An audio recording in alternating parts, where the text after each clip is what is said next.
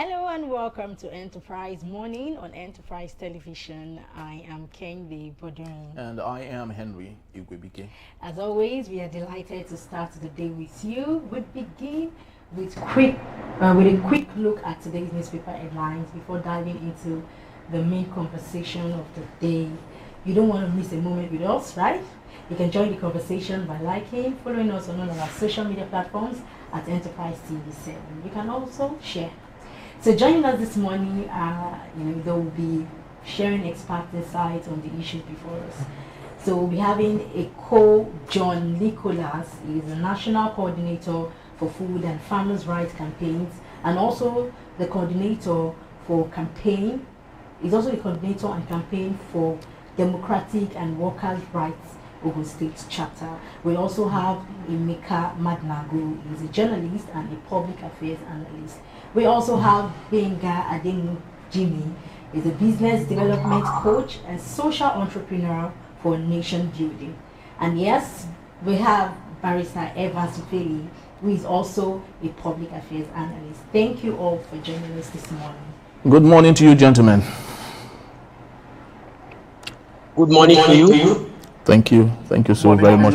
Good morning. Thank you. Thank you so very much for your time. So I would love us to kickstart today, penultimate day to the new year 2026. But let's take a look at what we have from our newspapers for today. Let's start with the Vanguard newspaper. Big story: new tax laws take effect tomorrow, Tinubu insists. Okay, on the top strip there we have 2027. Why Obi chose Enugu for today's defection to ADC. And also, we are saddened by AJ's horror crash, and that's coming from the family of Anthony Joshua. Okay, we also have CBN project 4.49% economic growth, $51 billion reserves for 2026. And also on the bottom strip of the same newspaper, we have a CBN projects of 4.49% economic growth, 51 billion reserves for 2026. Okay, beside the big story there, we have alleged money laundering. Malami son docked, remanded in prison. All right, so let's take this story. We have a litany of these interesting stories. I'd love to start with, who do I start with now? Let's go with the, okay. We're still going to talk about the tax laws. Yes, but let's start with the tax laws. The new tax laws take effect tomorrow. Tinubu insists, and I'd love to have this question go to Ade Mojimi. Please, what's your take on the tax law? President Bola Tinubu insisting that nothing would stop it, despite the fact that Nigerians have raised a call for a little bit of a suspension so we could see what is in there. What's your take, Mr. Winga? Okay, thank you very much. So, laws are made for people, laws are made for citizens. And where there is no law, there is no sin. However, before you begin to catch people for their sins and their offenses, I think it is very, very imperative that we broadcast, we share the law in every form and shape. Languages for tribes, tradition. In fact, if you need to get what do you call it, dancers on the road to show people how these laws will work, you need to do that. Do you understand? But in our country, what we have been hearing is just English, Oyibo, and that's what we have been hearing. You will hear one version today, you will hear another version tomorrow. You will have another version in two days' time. So people are confused. I personally am confused because as I speak to you, I have nothing less than 2 to 3 different versions of these tax laws and the explanations. So I think government should do more to explain, to give us the breakdown, how it's going to work. You will hear somebody saying if you are not making up to 50 million naira, you don't have to pay tax. You hear somebody saying if you are making 800,000 naira, you pay. So there are a lot of confusion in the land, especially for the people who cannot read and write, the illiterate, because the literacy level of Nigeria or in Nigeria is very, very low.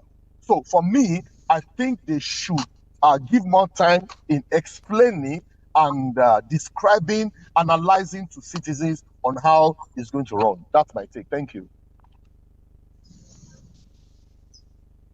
this would. Anyway, let's take this story on Punch. Okay. Punch newspaper. So on the top strip we have 2026 budget. 10 states plan 4.3 trillion naira borrowing. Another borrowing again. Okay, so Barrister Evans, what's your take on these? Because this year 2025, I know we've had, ifs of, we've borrowed a lot. So do you think this particular story or this particular story is going to, fetch in more debts in 2026? Please, what's your take on this? Well, before I go to that, let me join my voice with where Pastor Gbenga left it off. The issue of the tax and the clarity therein. There's a lot of explanation out there, to be frank with you. And we find it rather very disturbing that the president will be saying that they will go ahead, irrespective of what the irregularities. The issue of the gazetted copy, being different from the one that was passed by the National Assembly, and the National Assembly's resolution to have that regazetted and the rest of that. He cannot be saying the nation will go ahead regardless. When there's a complication, when there is when there are problems and discrepancies in the laws, when the citizens, even the government itself, does not know the true version that was passed by the National Assembly, and the National Assembly is called for a gazetted version of the law. So you cannot just be rushing to tax people, to tax poverty, without looking at what was, because given by the explanation before the public domain, if it turns out to be true, which the National Assembly has confirmed really that what they pass is different from what is gazetted. So what it means in the eyes of the law is today, as we speak, is that there's no tax law in Nigeria. There's no tax law. So the president cannot come and be saying this is attitude of going ahead all the time. Subsidies removed, let's go ahead. And then tax now, there's complication, it says you go ahead. Go ahead to do what? You cannot administer the public without law.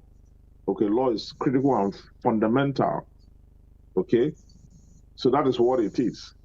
And as it regards to the question you asked about 10 states, there's no way state governments will not borrow, because no matter how much they get from the federal government, they have a lot of projects going on at the same time, and they cannot inject all the funds they get on just one project.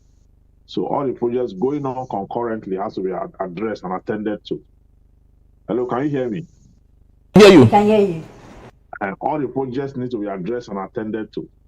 So for those projects, for all projects to run concurrently, the federal government, those state government, they must take loans.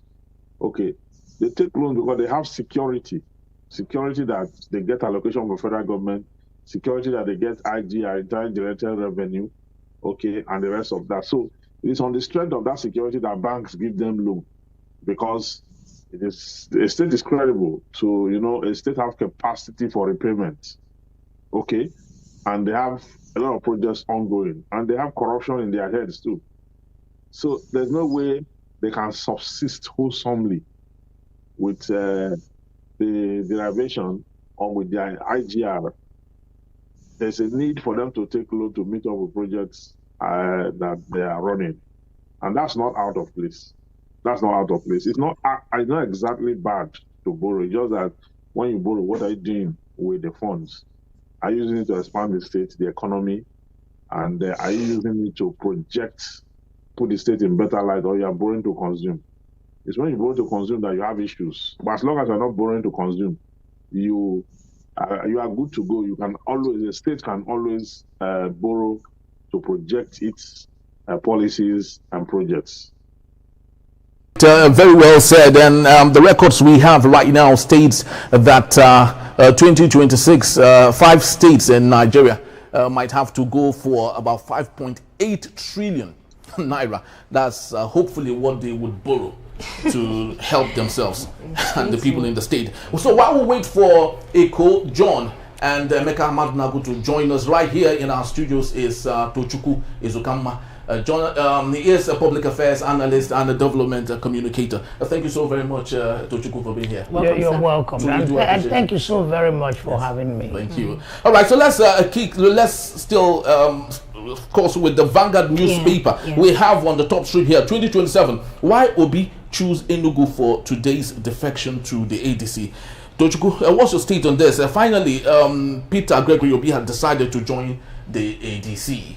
And Alex Oti is saying that he would not go with him. He will still remain with the Labour Party. Yes. So what does this do for Obi right now and this obedient movements?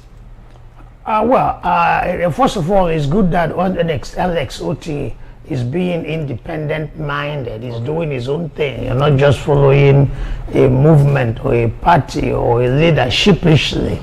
And then Obi joining ADC must have involved some very careful calculation. The way things are, Labour is not a wonderful place of Obi to return.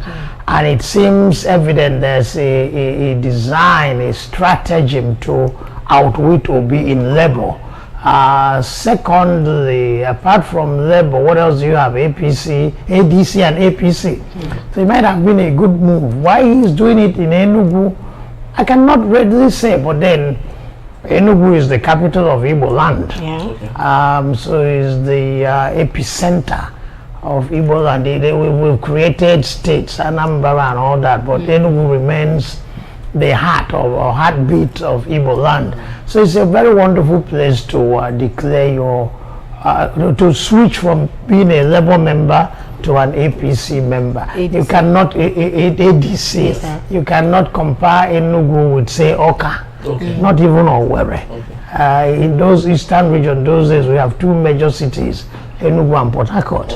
But Port Harcourt was more of a commercial, Enugu was political and administrative, and it remains a very important city. So I don't read minds. I can't be sure to the last figure, but I think it's a very reasonable place to make his intentions known, and that's why he did it there. All right. Of course, Peter Obi said that he is not doing all of this because he is hoping to get the vice presidential ticket. That his goal is to be the president, and therefore all his calculations is towards that. I would love to go to you, Pastor Gbenga, at this point. A very sad day for Nigerians and lovers of boxing, exactly. And it's 2 days now, or a day after the sad incident that happened along the Lagos-Ibadan involving Anthony Joshua. He lost 2 of his friends, and the loss of people, conflicting matters here.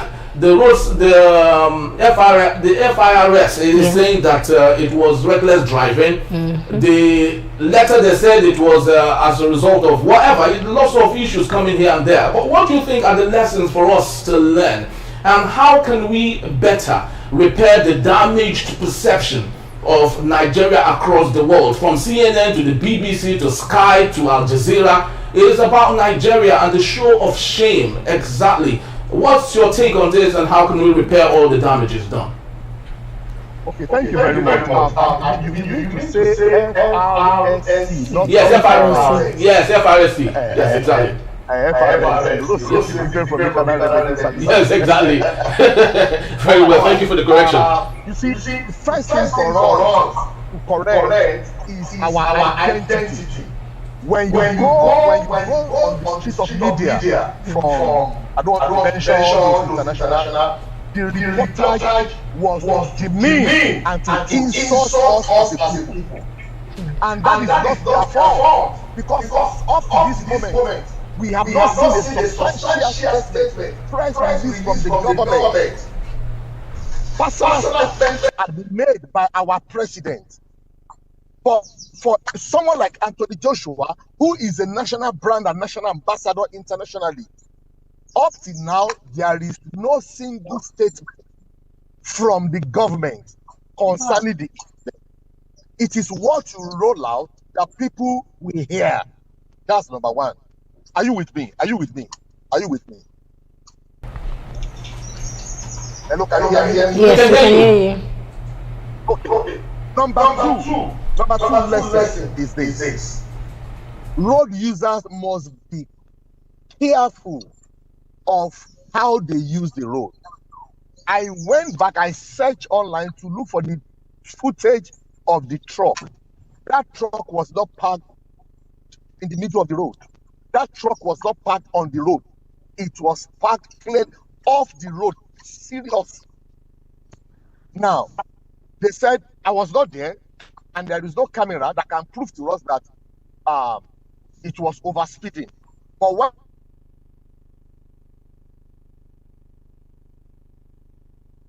to bring that there, and we hope that he will join to conclude on that particular thought. But I have been told that John Eko has joined us. Thank you so very much, John, for being here. I truly do appreciate you. Are you there, Mr. Eko? Nicholas? All right, so while we wait for Eko, John Nicholas to equally reconnect, Barrister, what's your take on this give and take, lots of information from lots of people? How do you think we can better understand what actually happened exactly with the mishap that happened on Lagos-Ibadan Express Road? Are you there? Barrister, are you there? Okay, I think yes. Okay, yes. Okay. Yeah, so did you get the question? All right, I think we're still having a bit of communication issue there. Barrister, are you there? Yes, okay. All right, you're back. Okay, maybe.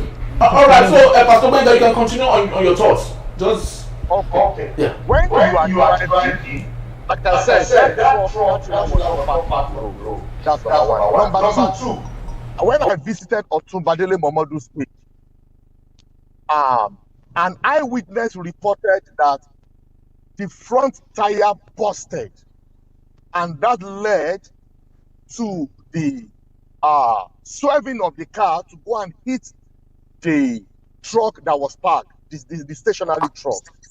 So, on the part of road users, we should be careful of speed limit, especially the kind of vehicles we are using.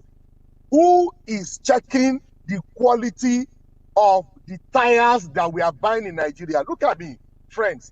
I have bought a brand new tire in Nigeria before, and the same month the tire busted, brand new tire. And also, I have bought a Tokubo tire before, and for 2 years I was using that tire. Can you now? I'm not endorsing Tokubo tires. I'm not, but our people that are importing our spare parts, what is the quality control? What is Standard Organization of Nigeria doing? And finally, on this note, the kind of car you are using is fiber these days. And where are our ambulances? It has been reported that Ogun State does not have a single functional ambulance. There should be an emergency clinic, emergency center on the highway. The only one we have, thank God for Lagos State, the one at 7-Up toll gate here. That's what we have. But after then, see Ibadan, see Ogun State, what do we have? Nothing. There is no emergency center. There is no functional emergency center. There is no functional. I mean, it was police vehicle that rescued Anthony Joshua, and that night he was flown abroad. We should stop this self-insulting that until we get out of Nigeria, we cannot get a good medical treatment. This rubbish must stop with all the allocations that our governors are collecting. God bless Nigeria. Thank you for that. Thank you so very much. I truly do understand the emotions there. Every Nigerian is so concerned about how this had affected us, especially with perception and all. Yeah. But I'd love to have you, Barrister, take your take on that particular story. Speak to us. What's your take, actually? Well, the stories, the accounts are quite different.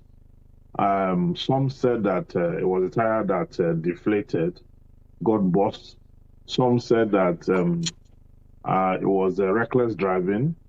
Some said that the truck was parked on the road practically. So the accounts are different, which is human, okay? But At least the video I saw of the truck, that truck was not on the road. Even though it is wrong for a truck to be parked stationary, whether at the center of the road or at the side of the road in an expressway. Why is it called express? It's called express because it is presumed that it's a free flow, okay, for long distance journey. That's why you have that, okay? So what I would say is that we should be careful, okay? We should be careful. There's someone that gave an account of the fact that it was a convoy, and they were in a hurry to get to somewhere, okay, and things like that. And so a lot of issues here and there. Human errors are there, technical road errors, parking recklessly, and the rest of that. Everything is involved. But we need to be very careful. This has opened Nigeria up to ridicule because it means that we have no emergency service. Not only do we not have emergency service, the story further went to also implicate us by saying that we don't even have medical services at all because it has to be flown away. Okay, so what's going on? We've said this over and over again. How much does it cost to have public health care, proper public health care in Nigeria? You know, how much does it cost? All this money that we use for medical tourism and all that, if you put it together, especially from the government, the president and or government officials, if you put all these funds together, probably build good hospitals across the country. The money that is allegedly being stolen by the former Attorney General of the Federation, though he has not been found guilty or whatever, it's an allegation. If you put that money together, that money can fix the healthcare system in Nigeria. Okay? So we're not ready to build Nigeria. We're not ready to take things forward. Okay, let me allow Emeka to come in here. We have joining us right about now, Emeka Madunagu, and also I understand we have Eko John and Nicholas. Thank you so very much, gentlemen, for being here. So I'd love to start with you, Emeka, on the issue of alleged money laundering. Yeah. Yes. That's on Vanguard. So we have that alleged money laundering. Malami's son docked, remanded in prison. You know, when I saw this story, I'm like, okay, this is a man that has really, had enough when he was in power. So Emeka Madunagu, what does this mean for judicial credibility?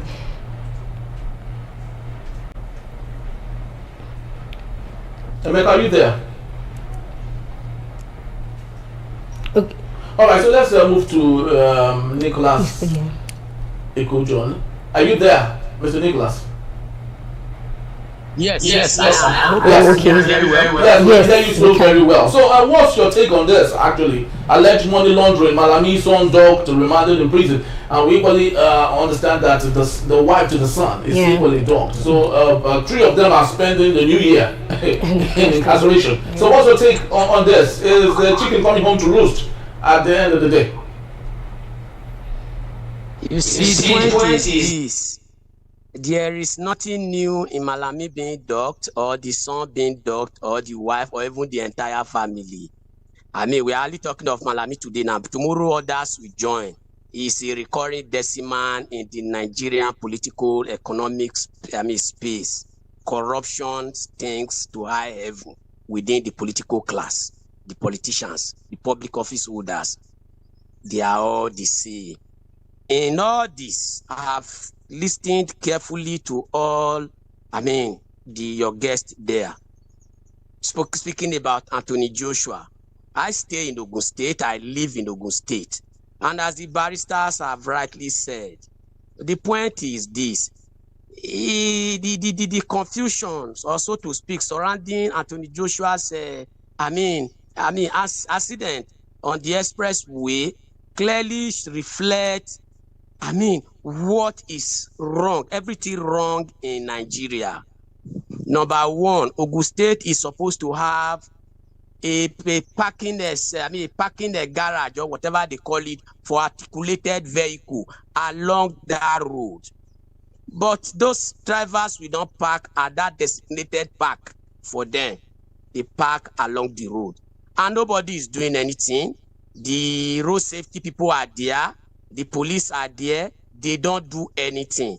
But what they do is to extort the ordinary road users for the list of offense on the road or offenses on that road. Why? I mean, things they should take seriously. They are not bothered about it. That is number one.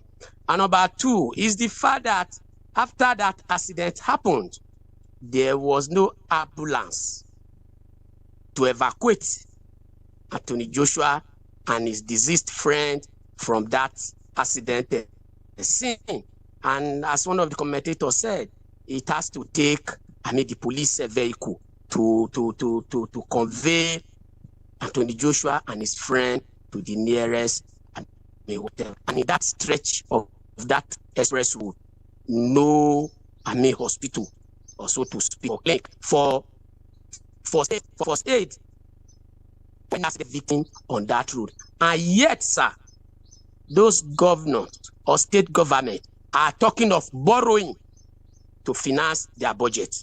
And I listened to one of the commentators there too, who said that, well, government can borrow that. Yes, government can borrow where is no.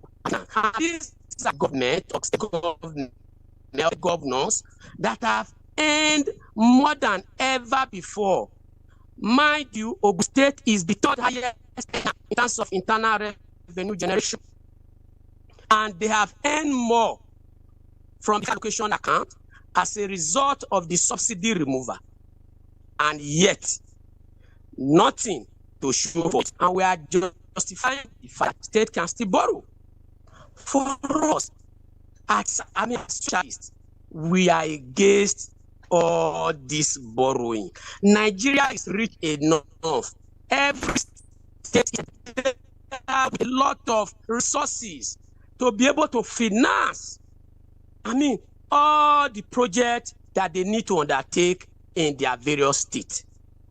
In agriculture, in health, just name them. Tony Joshua had accident, and yet there is no, one of the commentators also said that that it's not everything that people should be flown out. Are we going to blame Anthony Joshua and his family for flying out Anthony Joshua to go and give him the best of medical treatment? Our politicians set the example of medical tourism. Whenever they have cold and catarrh, they go abroad to go and treat themselves, rather than use all this money to finance the healthcare system in the country. So if Anthony Joshua is flown out, to be given the best of, medical, nobody is to blame there. The question is, it's not about the Nigerian medical personnel, Nigerian health workers not having the requisite, skill to be able to attend to all this mirage of health. But the issue is that the government, both state, local, and federal, have failed to invest adequately in health care everything. The healthcare, workers are not paid. Every year and everything we hear that doctors as far as has said abroad, they are treated here. Of course, you are aware that just recently the resident doctor just called up their strike, and any moment from now, the NMA too will be preparing to go. Like, why? Because they had aid their hands of financing the healthcare system, adequate investment, of welfare, and working condition. All those issues have not been addressed adequately by the government. And on that basis, they are living in their thousands to a better where they are better appreciated. And it's such a situation, such an healthcare system that Anthony Joshua, should be left to. So we shouldn't blame them. And not this. The president is insisting that come 1st of January 2026, that the tax reform must take effect. I must say now, that tax, whatever it is, must be rejected. Nigerians have been paying enough tax or taxes and levy and fee in various ways. Go to each community, both rural, town, and in the city. Roads are constructed by landlord association, the streets there. Water is provided by individual land. In fact, in Nigeria, individual landlord is a government of his own. He provides electricity for himself, he provides water, he provides health care, he provides everything for himself. If you build a new environment,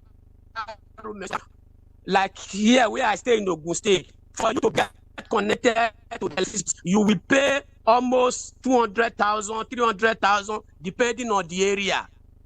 In some community, the community themselves buy the transformer, and once it's bought, they say it becomes it's called, and this on monthly basis.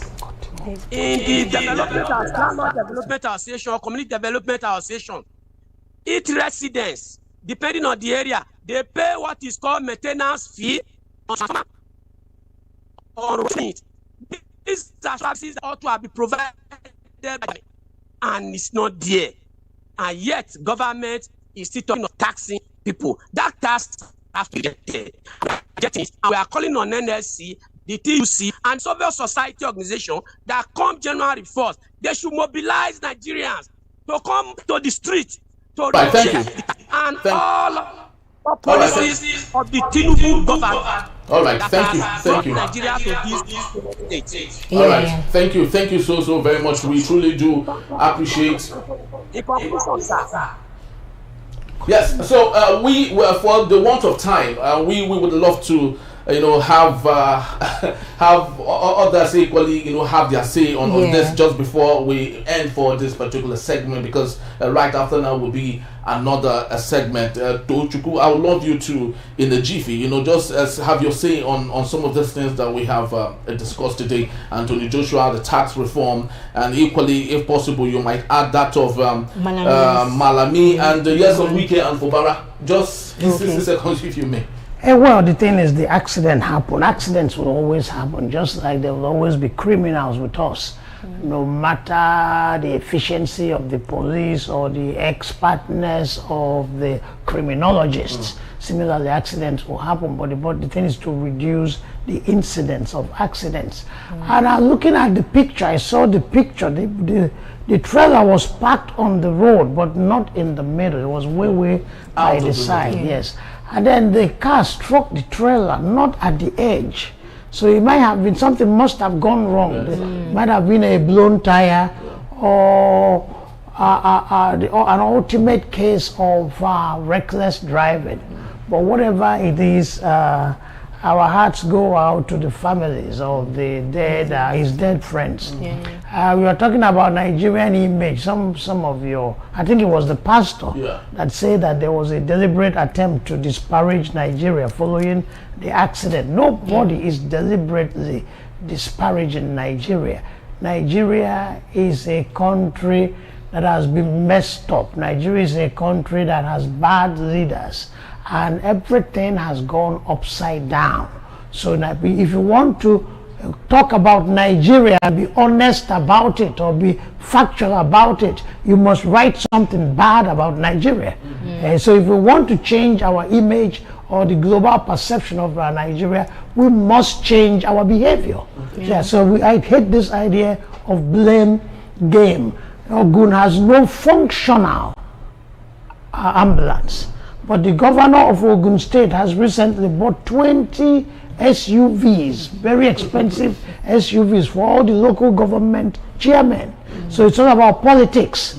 President Tinubu, since he got to office, has not settled down to govern, to preside over Nigeria. It has been politics, preparation for 2027 and all that, which partially explains that you removed subsidy, which means all the billions of dollars that were paid for subsidy will come beefing up the coffers of the government. But since he removed subsidy, it's been one tax or the other. Increase in school fees, public-owned school universities, and all that. Now we're talking about tax.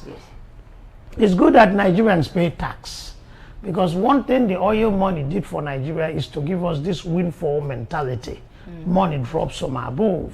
You just have to be at the right place position your hand at the right place and money will be dropping in, which is very dangerous for society. It destroyed merit and destroyed accountability. So if we learn to pay our taxes and then have the feeling that the money the government is spending comes from us, it makes us as citizens feel more important. It makes us as citizens demand more accountability from those that are governing us. But then the question remains trust. The question remains credibility. You cannot tax a man and he pays his tax if he cannot trust you. All right. There's this, you're short of time? Yes. Oh, okay. Yes.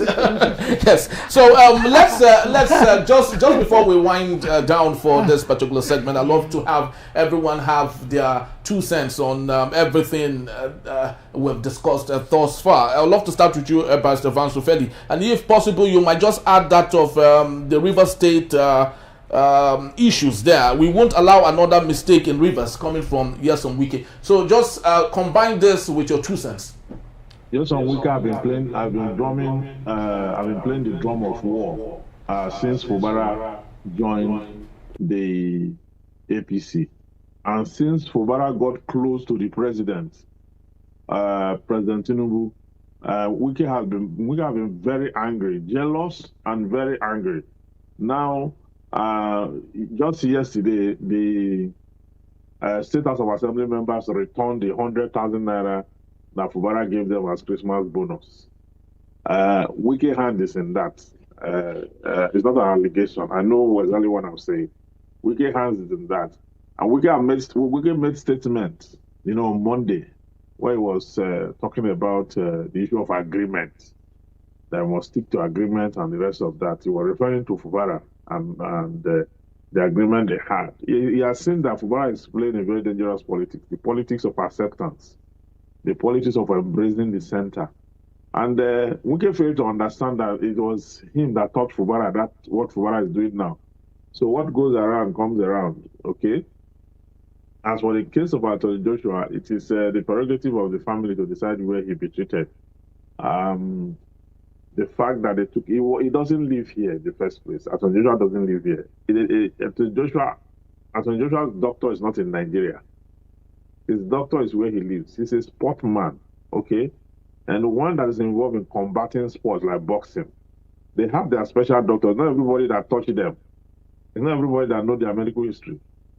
Remember, his future is still, his career is still up there, So he cannot ask him to subject himself to any doctor anywhere. If he had this accident in even a first world country other than the UK, he would have gone back to see his doctor. The one truly that athletes don't. Not every doctor will just anywhere you just know. They can get first aid, get emergency medical treatment, but they have to go back to really see their doctor. That is what it is. So taking him back is the right thing to do.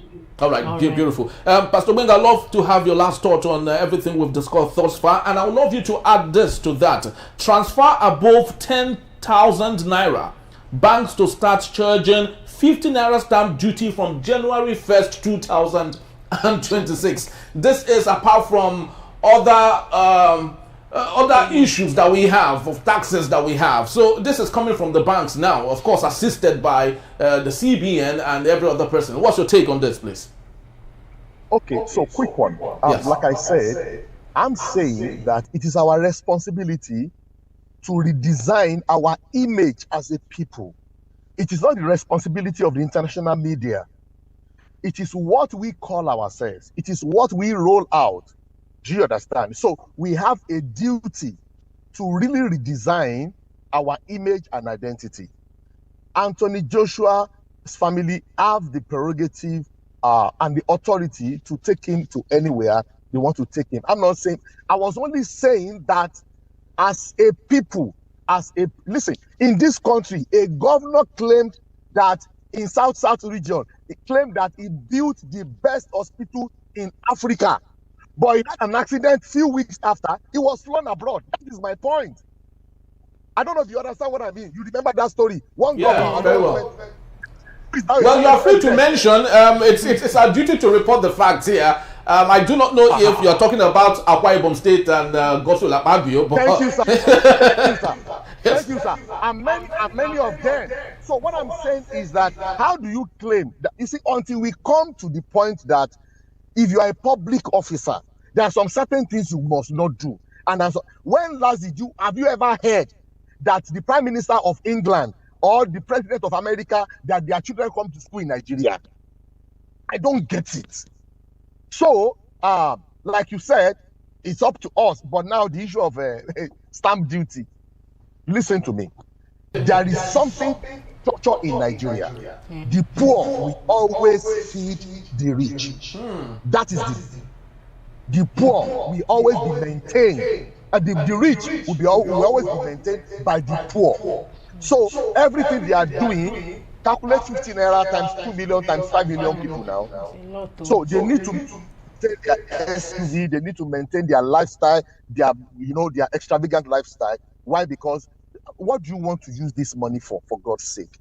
It's up to Nigerians to continue to be slaves or to deliver themselves. The scripture says, "O daughter of Zion, deliver yourself." I am saying, according to my own scripture today, and my rabbi is here, "O Nigerians, deliver yourself." God bless Nigeria. So very much, Pastor Benga. I'd love to go to you lastly, John Eko, Nicholas, on this particular point. What's your take on everything we've discussed thus far? And I'd love you to add this to your answer. Amoteku naps 39 terror suspects fleeing Sokoto in Ondo State. Is this a thumbs up for Amoteku at this point? And what can we do to ensure that more security agencies around the country, especially with the forest guards, will do more to add to what we have?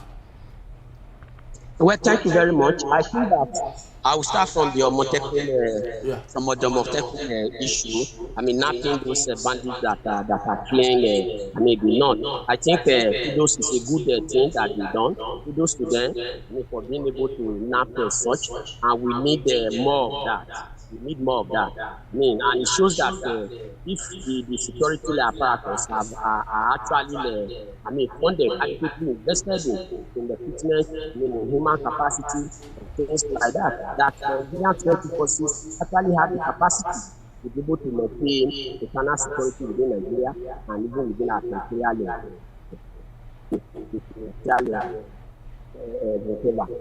That's it. I think that it just shows that in Nigeria, as long as this system will run continually, we are not going to go anywhere, as I always say. It's not about personality, it's not about individual. It's about the system we are running. A system that is built on top of the way it is. We always throw up all these kind of things as we are discussing it today. I think the point is to make this. There is a need for a working class political equality. And what I mean is that we need a political party that represents the interests of the masses, the common people. And that political party we have as one of the cardinal, policies or program or manifesto that every public officer that is elected under such a party must earn the average wage of a skilled worker. And number two, every public officer elected under such party, his charge or his word or whatever must attain public school. And that such political office holder must reside where he was when he was campaigning or showing himself up to be elected. When elected, he must remain within that community, live within the people. Whenever you don't have, whether parliamentary or governmental or executive at the capital, wherever it comes, you must stay within the community. And I think that a party that have such programs and policies will be able to counter this nuisance that we are currently experiencing within the political party of the money bags, be it APC, be it PDP, be it Labour Party and the rest of them.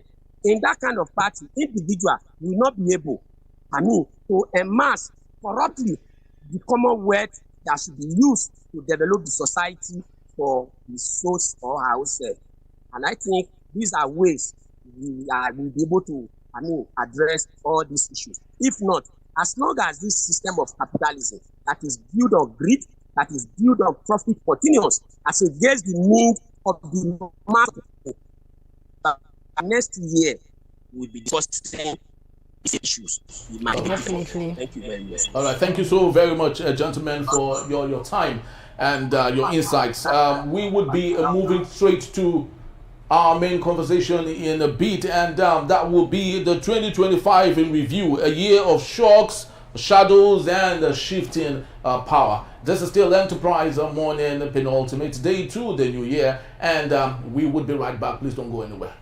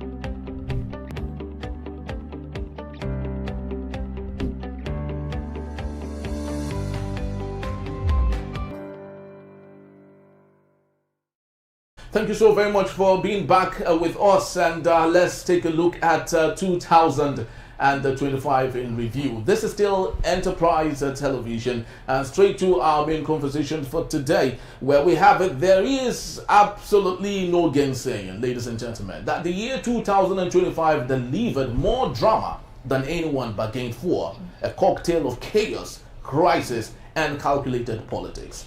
Well, that's true. From President Tinubu's aggressive fiscal and monetary policies that deepened household pressures as a result of his subsidy removals, Forex liberalization, which christened reform, to a worsening security crisis where Boko Haram and ISWAP revenged the northeast and northwest with kidnappings and carnage. The political theater was no less gripping.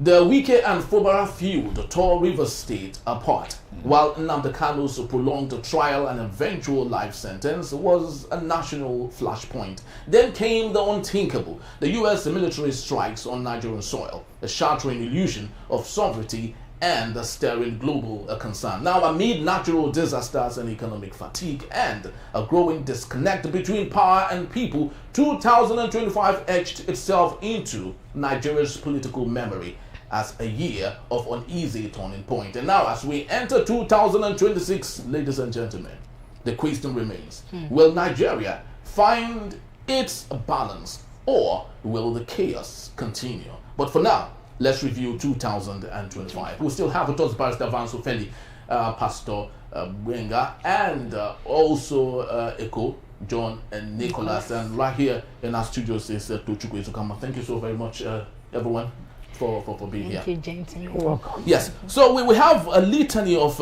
interesting events that have happened in Nigeria, and I do not know if we should do an inverted pyramid here. Inverted pyramid, which means hopefully we can start from the now and now. That's the US, right? Yes, start from now and now move on to January, or possibly we might just maybe start from January up until now. But let's possibly, if it's okay, let's start with Where do you start? Should we start from the January. water? No, let's start from January 2025. Yes. So on 18th of January, a Suleja fuel tanker explosion, a major fuel tanker exploded near Suleja in Niger State, killing over 100 people and injuring dozens, underscoring ongoing road safety challenges. I'd love to start with you, Pastor Ogbenga. This is more like a transition from the AJ's case, and from January it's been this way. Fuel tanker explosion. It's like a perennial matter with us in Nigeria, and it's becoming normal to Nigerians and to Nigeria as a country. Can we ever find a solution where haulage, logistics is done through the railway rather than our roads that is just not even good for lots of those heavy duty vehicles? What's your take, Pastor?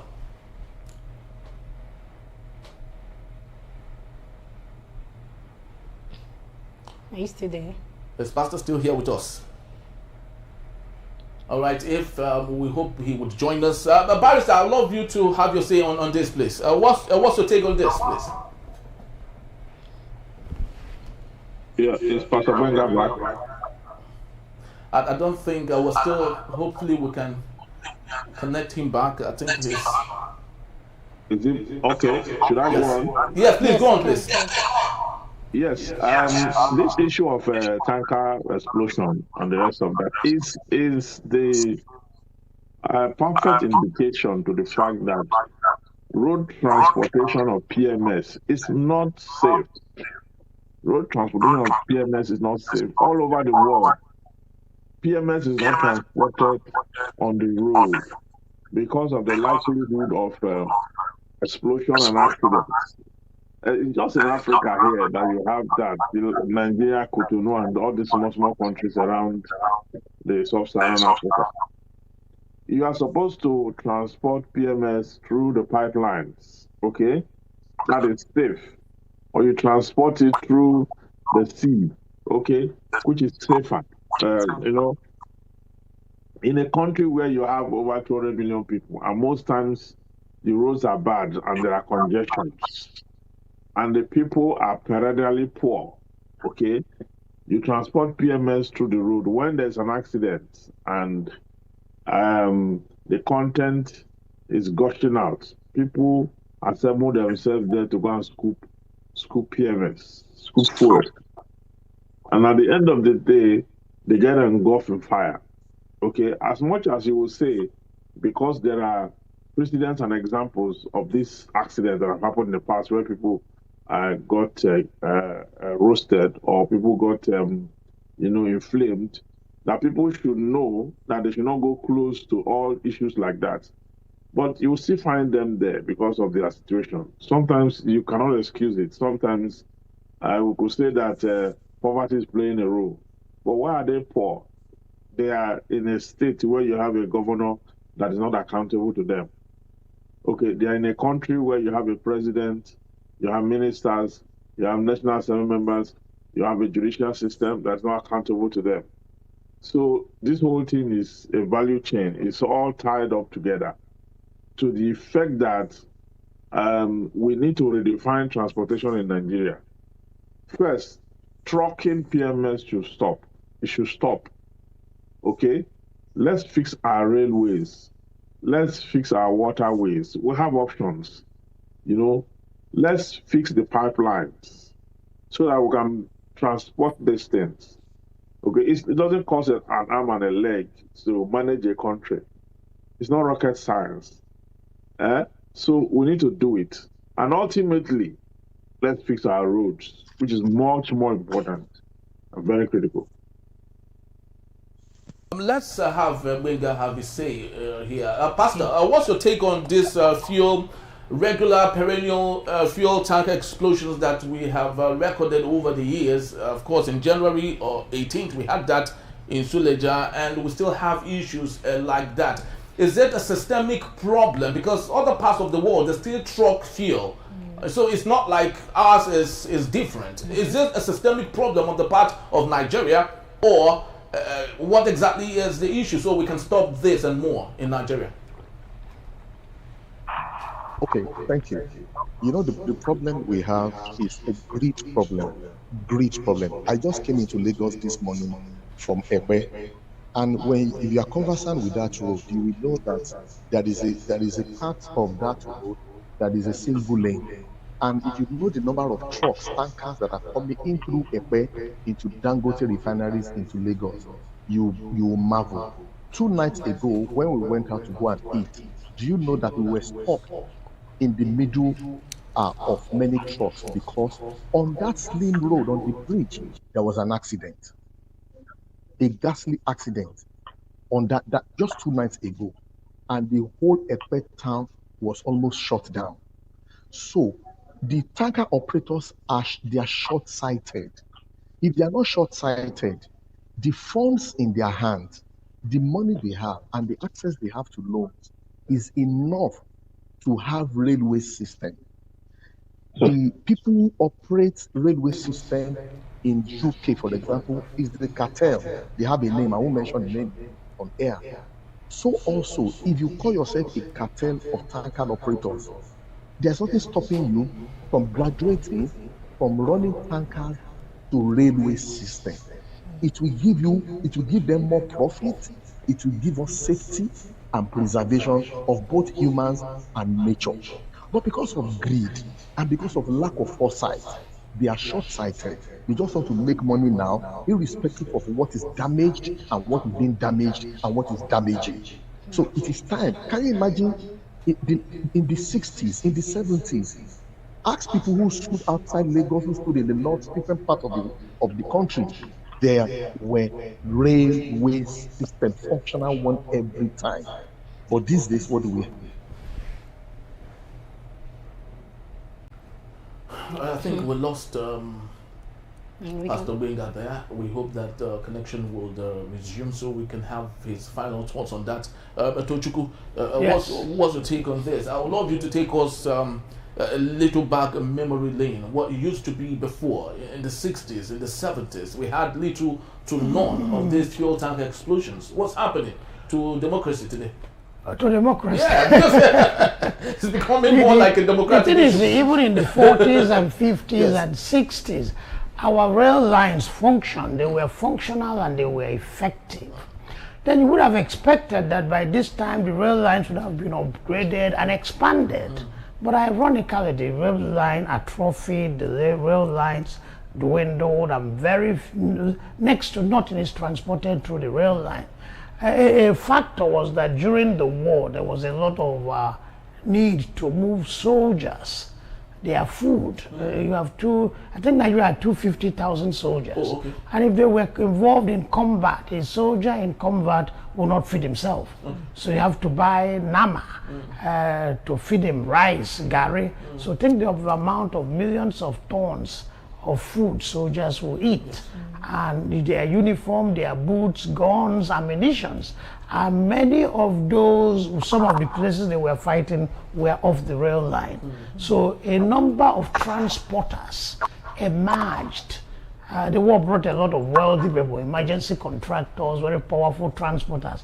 They emerged and started opposing the rail line. Okay. So instead of keeping up the rail line, upgrading the rail line, the transporters started subverting the rail lines.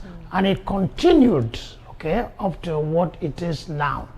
There's not been a turnaround because the same very powerful interests, tanker owners,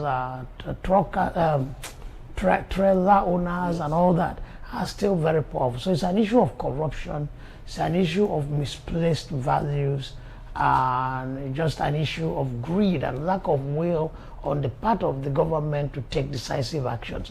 They may not be able to because those subverting the rail lines are their friends, partners, and sometimes themselves. They're all tied together. So that's why we are where we are. But then if you have to transport PMS, as the Vance called it, by road, there are some standards you can set. Not that you will become as efficient as the rail lines, but at least you reduce the risk of accidents. You reduce accidents. And then also another factor is the scooping of petrol, product PMS by say because they are poor. Poverty is a factor, but then it's because they are ignorant and they are suicidal. you have to be suicidal. Suicide. Yes. You have to be suicidal to go scooping fuel from a tanker. Fuel is spilling. Anything can spark. Anything, even a phone, just your cell phone, you know. And the government has not regulated them. Normally, these tankers will fall and they might scoop fuel for 1 hour. Policemen don't pass by there. FRC can't regulate them. Soldiers can't stop them. So there's a moral and ethical collapse in the country. Everything has gone totally wrong.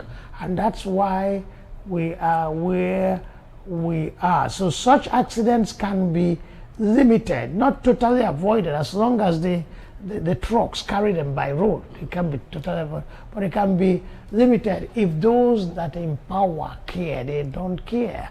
And in the past, interestingly, Nigerian Medical Association protested.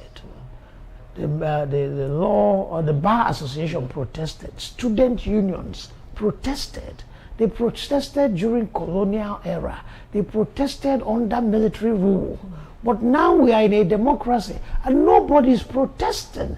So that's the irony. That is the paradox. Because that was why I asked if it was an issue of democracy, because we seem not to be getting it right. Nigeria is not a democracy. But then again, you just explained something like some of the things that happened, you know, in the 70s, just like when he asked you, you know, like we're having the rails were good, they were in good conditions, not until when these people came and all of that. But sir, do you think, how can we go back to that time? How can things be done properly, you know, instead of having constant tank explosion? Its leadership is the same thing. There was a time in Nigeria where there was little or no crime. The policemen maintained law and order with their batons, not guns. Police didn't carry guns. There was a time Nigerian universities were among the best in the world, especially University of Ibadan Teaching Hospital. So how do we go back to then? There was a time the quality of food and housing in the universities were spectacular. Okay, and they paid next to nothing in the 70s. Yakubu Gowon brought in a lot of money, a lot of subsidies, subventions to the universities, money for research, money to make accommodation comfortable for students, good food. How do we go back there? Leadership. Chinua Achebe once wrote, the problem of Nigeria is simply a problem of leadership. These days we have the worst leaders that we've ever had. Leaders that are out to make money, steal money, tear down the system, and do not care. Like I once said, in the past we had corruption, but these days we don't have corruption anymore. It's piratical depredation. We talked about it one day. Yes, it's piratical depredation. That's what we have. So we can't go back to the past unless the quality of our leaders changes. And how does it change? Another litany of things that will be done. Credible elections. We have credible elections in Nigeria. Well, we don't. We're still debating. It's not debated. There's no credible elections. So I do not know if our guests have joined us yet. The last time we were having Pastor Gbenga, who was speaking to this issue, before we had that little communication glitch there. I do not know if they've joined us. All right, so while we wait for them to join us, and both Barrister Vansufeli and Echo John Nicholas to join us, I love to believe it's a bit of a glitch there. Hopefully they would. And all right, I think we have Barrister Vansufeli and John Nicholas Echo. Hopefully Pastor Gbenga would join us. Mr. Nicholas, I'd love you to have your say on this. The guest we have here, Tochukwu, said that all the issues we have before now were as a result of greed and selfishness on the part of some Nigerians who would rather prefer that trucking is the best bet rather than railways. What's your take on this, please? Thank you very much. Number one is to say that the social reality of people will always determine their social consciousness. And that is that it is your living conditions that determines your consciousness, how you see things, how you do your things, and how you live. The guest at the studio did mention in the 70s, but what he didn't add is the fact that in the 70s, in the 60s, we have policies and programs of the government that addresses the needs of the people, the needs of the majority, as against the profit motive or the greed of a few. As at that time, it was that welfareist policies and program of the government, the pro-people government, the pro-people policies of the government that led to investment in railway, in shipping, in transportation. I mean, it is transportation, both rail, air, water. Government invested heavily. It was that era agriculture became the mainstay of the economy. And as you are aware, that even in the southwest here, under the Awolowo's government, agricultural proceeds were used to develop society through free education, investment infrastructure, and things like that. All the things that those government, those pro-people's program invested in that era, all those things today have been privatized. They have been commercialized. Those agencies, is it the shipping, is it the electricity agencies, name them, they have been sold out in government and their friends in the private sector. So today, the reigning idea, the reigning philosophy of government is profit, is not need of the people. That explains why today you hear both federal, state, and local government say that government should have business, that business should be done by private sectors. And when private sector do business, the kernel of private sector be doing business, the cruise, the motive is creating profits, not meeting the needs of the people. And that explains why truck transport fuel now, because it's cheaper.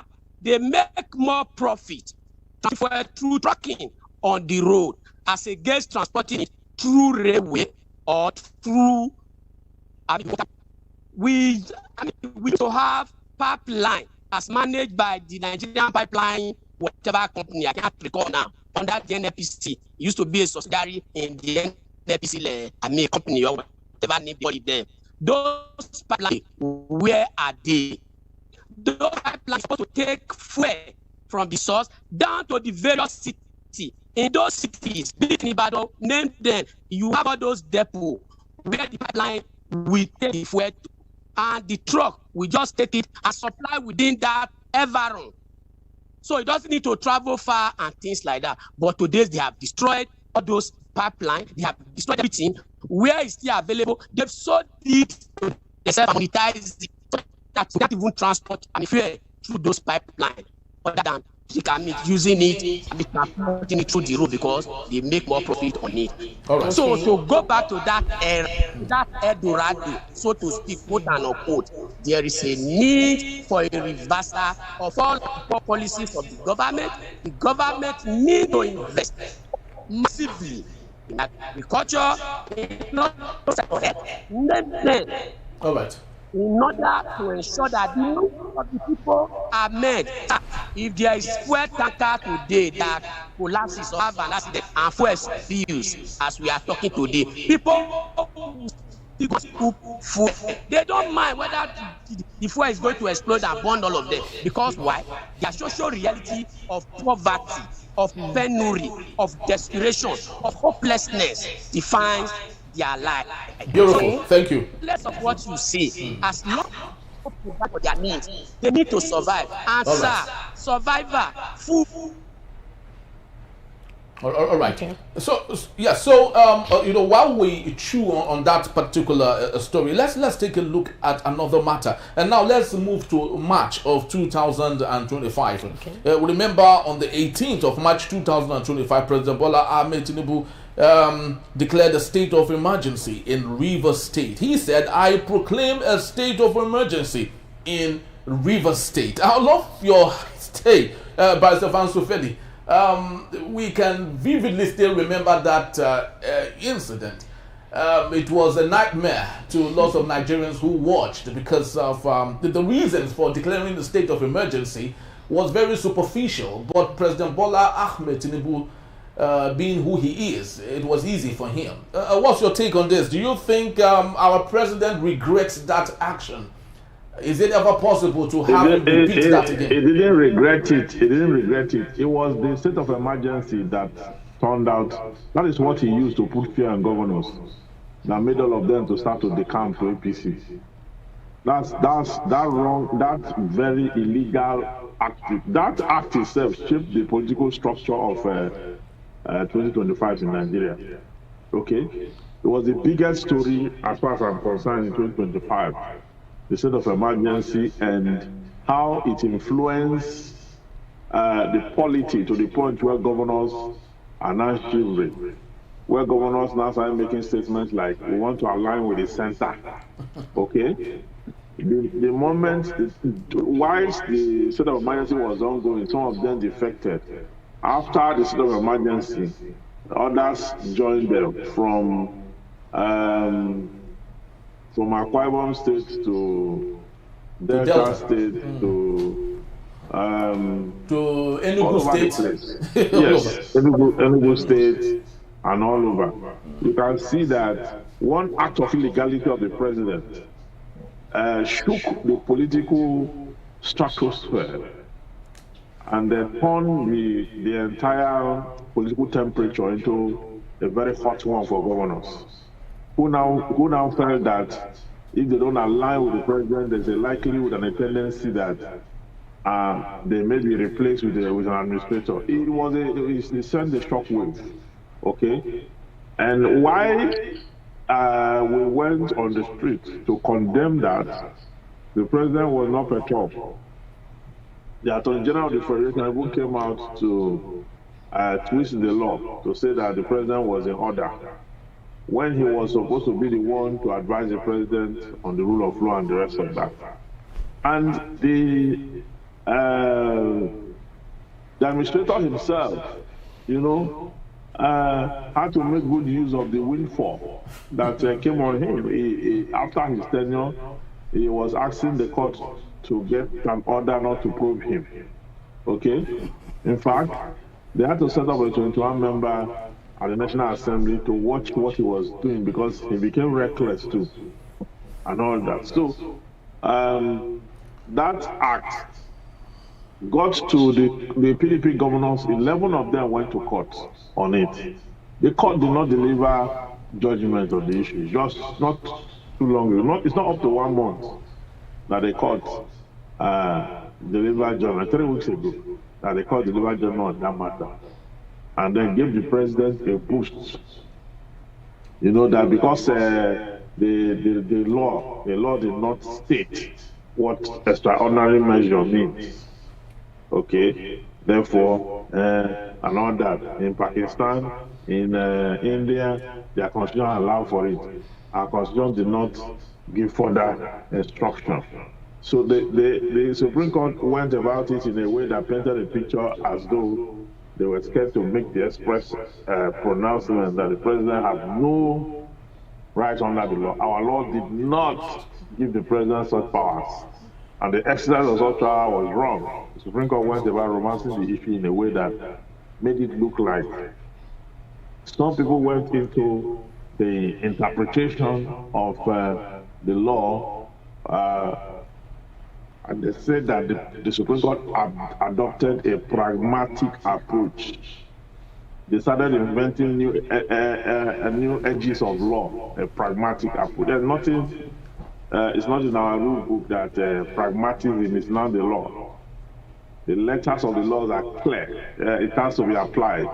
So just because you don't want to offend the president or the executive, then you are now turning things around. So you can see the effect. You can see how the state of emergency affected both the entire political status for the National Assembly itself, that is supposed to give it an oversight. They rubber stamped it. So they committed their own sin by rubber stamping it. It moved from there to the executive itself that stood by it. Then from there, the 11 governors took it to the judiciary for review. The judiciary did their review and committed their own sin. Okay. It fell on the people's head. The people went to the streets, to the court of public opinion, divided by tribalism, and by all kinds of interests. Okay, so at the end of the day, we are all swooped into a porridge of discord. That is why they say, as leaders, you should be careful of your actions. That singular action created a problem for the entire three arms of government, including the people they govern, and democracy itself, and brought democracy to its knees. Democracy laid there gasping for breath until this day.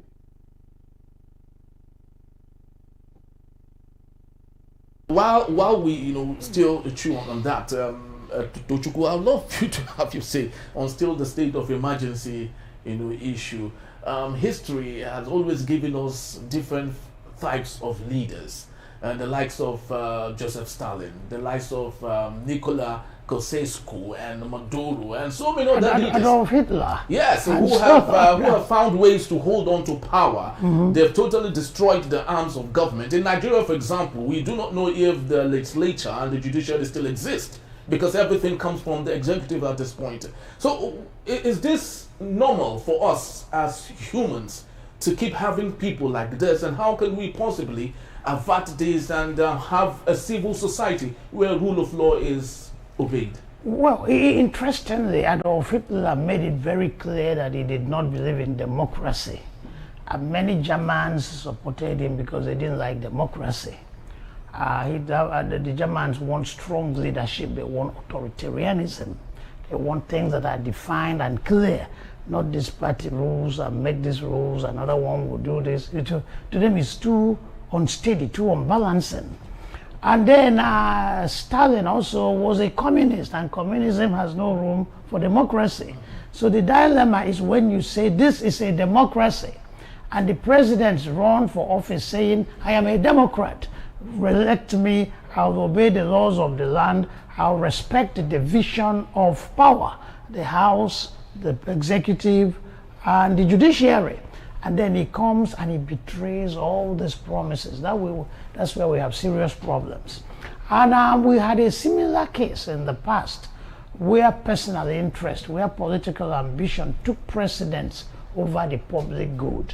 Tafawa Balewa had declared a state of emergency in the western region over a trivial issue, the breaking of a maze. Yes, exactly. Okay, there were more serious issues happening. Most serious issues that demanded concern around the nation, especially in the West, but he ignored them and then declared this state of emergency. And then it was the beginning of some kind of political, it spiraled into something nobody foresee and nobody could control. So in the case of Fubara, it was not the government, federal government, I'm not a lawyer, but at least I know that the federal government retains some kind of control over state governments. And in some very serious cases where the situation demands it, the federal government can impose a state of emergency on a state. But the situation in Rivers State did not demand a state of emergency.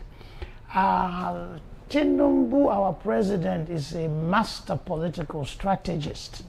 And Tinubu, our president, has one preoccupation. How do I get re-elected in 2007? So as the Rivers State a crisis unfolded. That was his number one concern. And like I once said in an earlier TV station, those early days, that Tinubu was not doing all this to strengthen Wike, because if Wike wins in Rivers State, you empower him and you embolden him, and his next move will be to challenge someone for the presidency. So that essentially, all this on the surface may seem like, oh, Wike is Tinubu's political power. This will empower Wike. No. Ultimately, Tinubu will weaken Wike for his own survival. And that's what is beginning to show. Fubara is turned to APC, and is working very hard to sign the line. Wike in his intemperance, Wike in his lack of self-control is trying to position himself right. But ultimately, the problem in Nigeria is that we do not subordinate our political interests, economic interest to the public good. Okay. So it was very bad, but it reduced, it weakened democracy, intimidated the governors. The judiciary has always been, for a while now, in Tinubu's pocket. So it reinforced Tinubu's control over the judiciary. In Nigeria, it edged Nigeria closer and closer to a dictatorship. All right. Okay. Yes. So let me point this same question to Eko Nicholas. What's your take on Tinubu, declaring state of emergency in Rivers State? Let's hear your take on this issue too. Thank you very much. I hope I'm still audible. Yes, very well. You I can hear you. Thank you very much.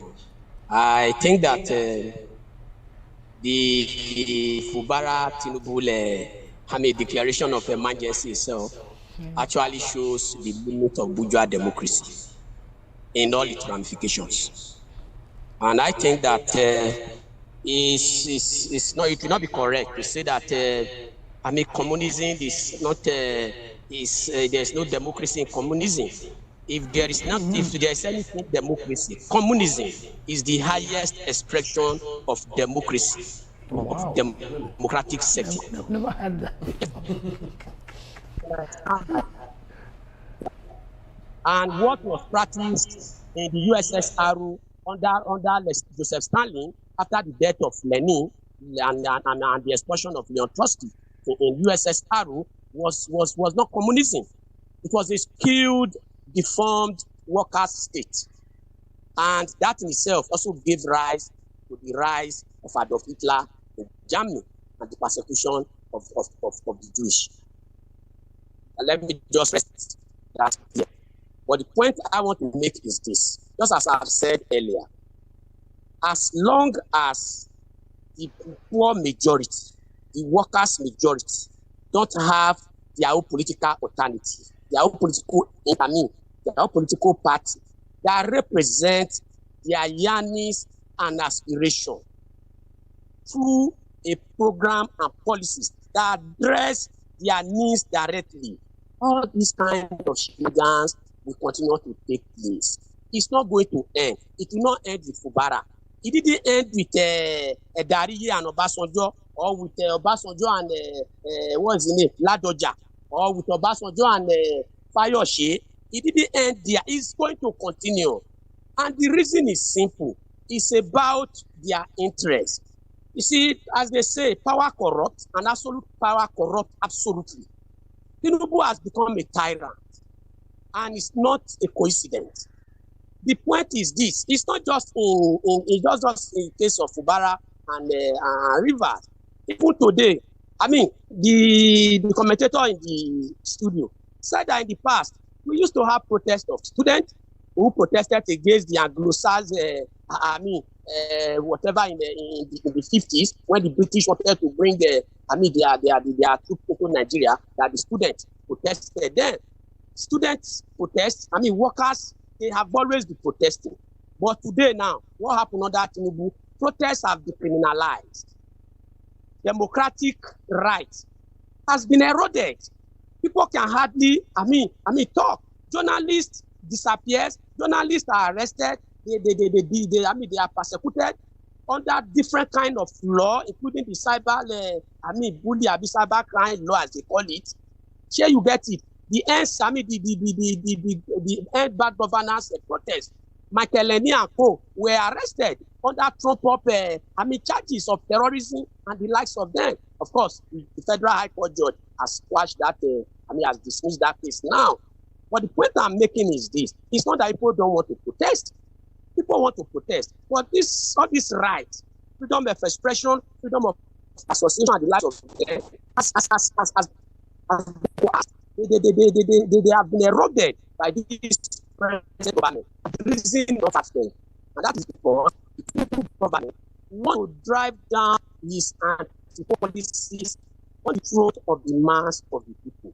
Fubara don't represent the interest of the mass majority of the people of Rivers, and Tinubu himself does not represent the Yanni as an affiliation of the mass majority of workers and poor people, and that was why when Fubara was removed, there was no protest, quote unquote, of the ordinary people. If that government has represented the mass of people through programs and policies, through people's programs and policies in education, in health, that has enlivened their life, that has lifted them from poverty, and they begin to see that government as their own, you can be sure that people wouldn't have had this way. And as the barrister has said, it's a premeditated act because Tinubu wanted to reap bountifully from that event in River, and he has actually harvested it. Today now people are talking of poverty and the system, all for his selfish and the interest of the protecting and winning elections in 2027. And don't get me wrong, 2022, Tinubu is going to win, except there is a mass movement to resist him. Okay, no problem. All right.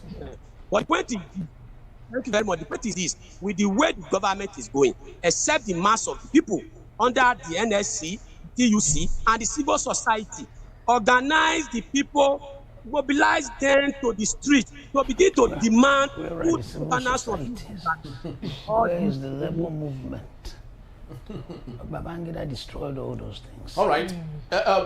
All right. So thank you so very much, Mr. Nicholas. But let's move to other matters. In May, 24th of May 2025, we had the Mokwa flood disaster in Niger State that claimed over 1,000 Nigerians as a result of rains, but lots of them were fingered to collapse of the lots of things actually. Lots of things were put in place by administrations over the years. Barrister, what's your take on the Mokwa flood disaster? Do you think we have learned any lessons from that and hopefully in the future avert similar cases? We have not learned any lesson. You see, Nigeria has a very serious ecological problem, and people don't take it serious, especially the government. The government have made an attempt to create what they call ecological funds for states. Some states that have very low topography get higher than others. Some states that are prone to such natural disaster have. So, you see, the reason we don't take it serious is because we don't have serious natural disaster. If we have serious natural disaster and we have serious environmental issues, we will take these things very serious. Okay, but today you can see that the flood is wrought serious damage, collateral damage every year. Every year there's this flood. There's this what they call a reservoir in Cameroon. When it gets filled up in the middle of between May and June. May, June, and July, when the water is released, it flows into the Nigerian part of it. And over the years, the Nigerian government have not done anything to wedge or to see how this can be channeled in a way that will not affect us. That one is on standby anytime it is released. The other one is the flood-prone areas and states where rainfall alone, without any other attenuating issue like dams, release of dam water and other, rainfall alone is capable of doing this level of damage. And we're not taking this ecological issues very, very serious. Okay? By now, I would have thought that the Nigerian government would have brought in experts to research on these things and provide solutions as to what to do every year when it gets to that period. There was a time the federal government said all those who are in those areas should evacuate. Evacuate to where? Okay, the Nigerian Meteorological Agency used to give weather reports, climate reports, and alerts on flood, on rainfall, and all that. But when they make all those projections and all that, they simply tell, prospective victims to evacuate. To evacuate to where? Okay, are there camps? Are there IDPs for these persons who are supposed to evacuate? Where are they going to evacuate to? And the rest of that. So we don't spend government money on the people in Nigeria. We spend it on the very few, less than 1% of us. And that is why these less than 1% of us are very wealthy at the expense of the poverty of the large majority of the people. So who is going to bear the card here? We must do something about it. Apart from the fact that there's also cases of boat capsize in rivers and the rest of that. That's another disaster area, which is also close to flooding. And not every year we used to have that capsize. They used to have this flooding. They used to have a lot of issues. And they are in the same spots every year, killing people, washing away, houses the same year every time.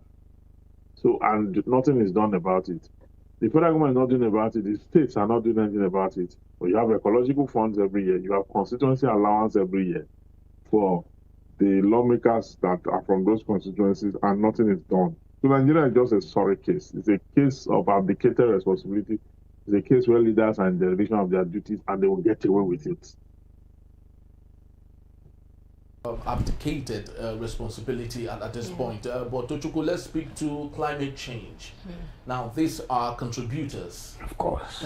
to some of the things that we have. It's actually surprising that in December we still have a little bit of rainfalls here and there, which is really strange to us. Yeah. So how do we, especially from a third world perspective, help ourselves when the climate does not understand that we are third world? Is it the third world excuse I do not buy, because our leaders buy the best cars made in Japan and Europe and America, and they don't say we are third world. We are not entitled to this kind of luxury.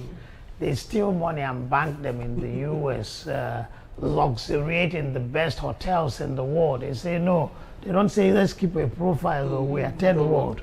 But when it comes to responsibility, we are third world. We don't have maintenance culture. Maintenance culture will drop from above. You have to uphold your responsibilities, whether you're third world or not. If you want to be a part of this world, be a part of this world. If you don't want to be a part of this world, then exit. Yes, it's simple. And the weather is changing, depletion of the ozone layer and all that. So it's a global problem. But global problems, when they get to Nigeria, get compounded because of the inherent problems of warped value system, greed, corruption, indifference, and lack of accountability. So you see that in the what do they call them? Antarctica, where that there was always snowed all over. The snows remain for years and decades and centuries. Now the snows in some areas are beginning to melt. The temperature of the world, global temperature, is getting higher. 1 inch, what do they call it? Centigrades? Yeah, centigrade. You call Nigeria is called centigrades. Okay, 1 centigrade, 2 centigrade, 3 centigrades may not mean much or may not seem like much. But when you think of the volume, the volume of water in the world, and the expansion, water expands with heat. So this expansion of 1 degree, 2 degrees, 3 degrees, in relation to the volume of water, is excessive. Yeah, so it can submerge a whole city, a whole country. So something needs to be done on a global level. But in our third world enclave called Nigeria, we also need to do something. But nobody is doing much because we are consumed by our greed. I was listening to a man like Kuda, is it Kuka or Kuda? Bishop Kuka, who was on the front line. He was restlessly, relentlessly, vehemently denouncing Fulani headsmen, the genocide against Christians. But he was given an appointment. And overnight, the man said, no, there's no genocide against Christians in Nigeria. So see our mentality. We are not honorable people. We don't say things we mean, or we say things out of interest. What am I getting from it? We saw that during the P2B elections. Many of the priests that talked about Obi winning. And when Obi did not win because he was supposedly rigged out, they all backed off. They all started twisting the fact, to align with the wishes and whims and caprices of the powers that be. So we need to do so much. It's not my forte, it's not my area of expertise. I don't know what exactly should be done, but our leaders need to sit up. Even in a place like Lagos, you see there's flooding all the time. Yeah. And what's the cause of the flooding in Lagos? Drainage systems are clogged up. The government you see the flood, the government empathizes, the government sympathizes, he visits the flood scene, he talks his political talk, and it happens the next year, Why can't we solve some of these basic problems? So it's a global thing plus the Nigerian factor. All right. Okay, so thank you so much, sir. So let's hear from you, Mr. Eko Nicholas. What's your take on the Mopa flood disaster that's happened in Niger State? And also climate change as a farmer. It's always believed that every farmer needs some praise for rain. Yeah. But when the rain becomes too much, they will sin on their prayers. Yeah. So what's your take on this, Mr. Eko John Nicholas? You see, what is this? On this we can barely hear you. All right, so we can barely hear you right now. Your line is quite shaky, and we hope that you would get to us, because it's very important that we hear your thought on this, knowing you're a stakeholder, a major stakeholder to food. Yes, I think we can hear you better now. So speak up, please, if you can.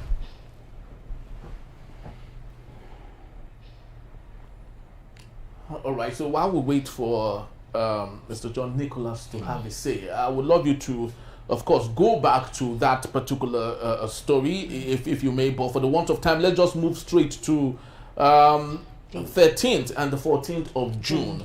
That's the Yelwata massacre in Benue State. Gunmen attacked Christian villagers in Yelwata, killing around 100 to 200 people and displacing thousands, marking one of 2025's deadliest attacks. Barrister, this had gotten us to where the United States had come to intervene from June. It started in June as a result of the massacre. It dived to President Donald Trump coming to do what he wants to do. So what's your take on this? Do you think that the intervention of the United States must have ended or given succor to those who lost their loved ones during the Yelwata massacre?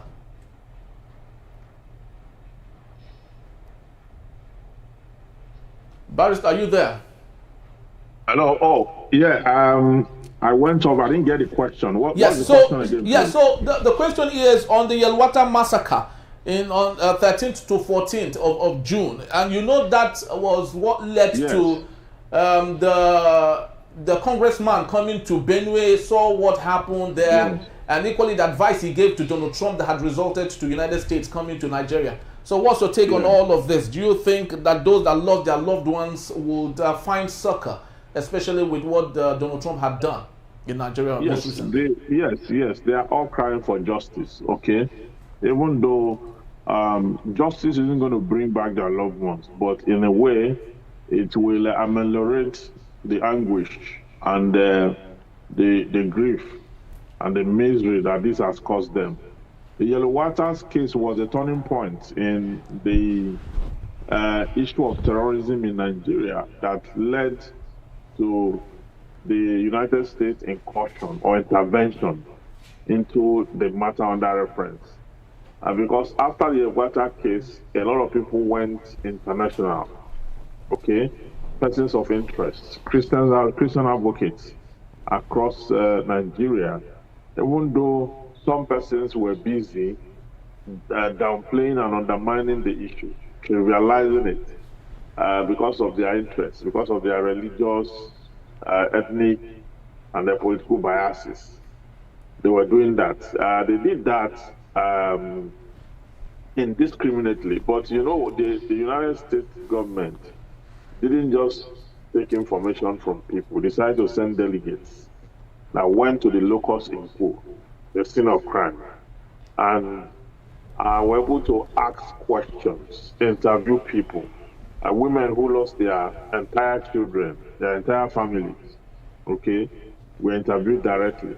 And the delegates who came got a full hand information of what transpired, and they reported back to the United States accordingly before the Christmas Day attack happened.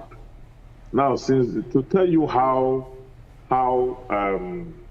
complicated the Nigerian case is, do you know that since after that Christmas Day bombing, a lot of persons have been going around with long faces, okay?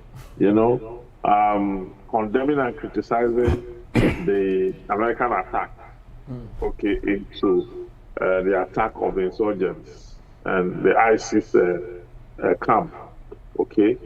Even though the government said they provided intelligence and the rest of that, I don't want to listen to the Nigerian government. I don't care what they provided or what they did not provide, because so they knew all the while that ISIS have a camp in Sokoto. That's what they're saying. They knew all the while and didn't do anything about it.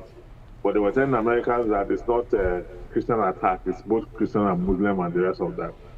So these persons who are going around with long faces criticizing what the Americans have done tells you that you have more Nigerians who are terrorist sympathizers.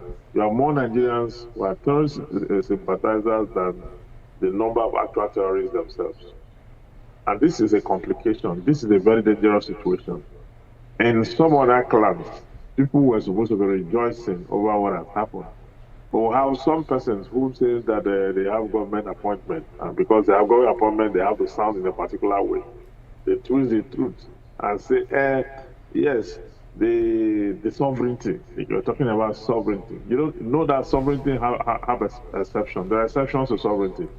There are exceptions to the rules, the Geneva Convention and the UN Charter of Human Rights and the rest of that. There are exceptions, and these exceptions exist. So the Nigerian government collaborated.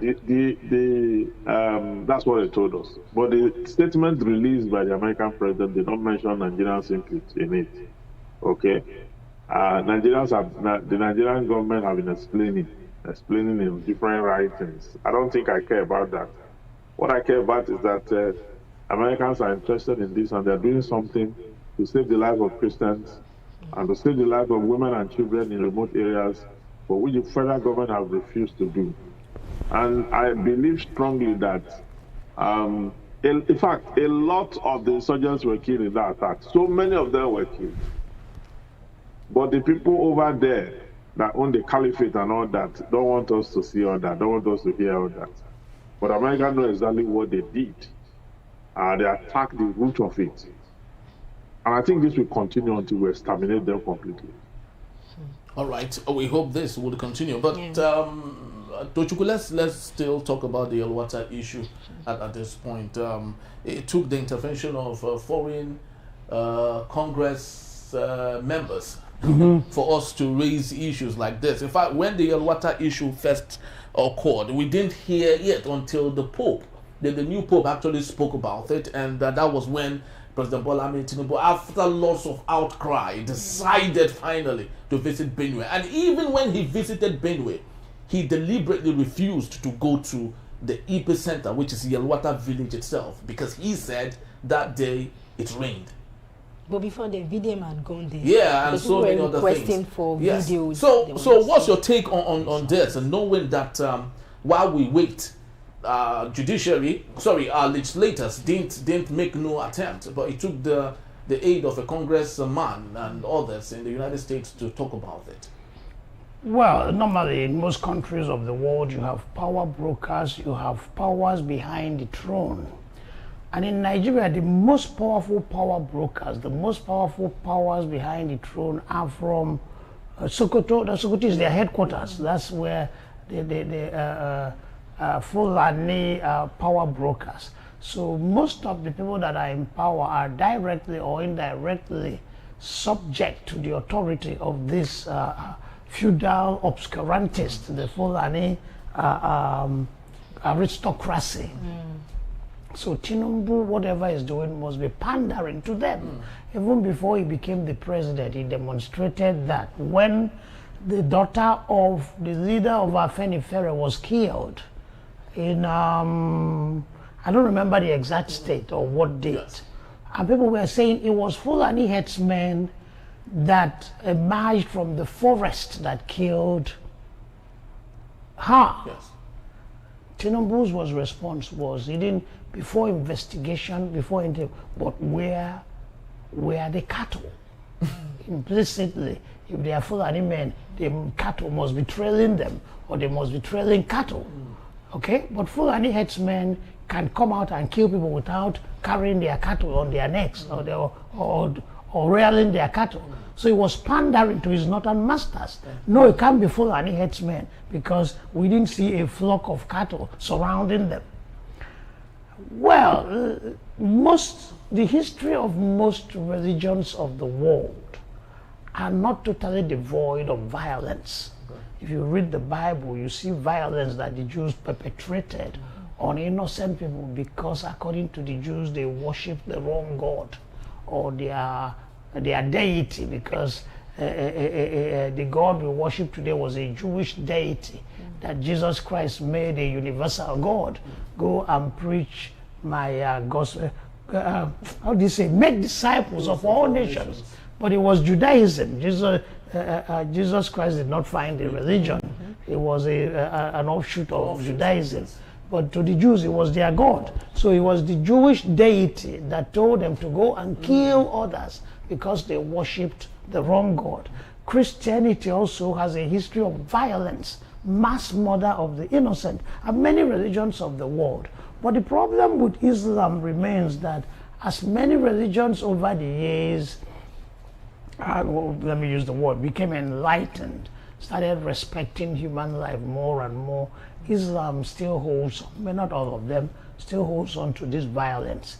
But there's nothing wrong with having violent, fanatical votaries of whatever religion.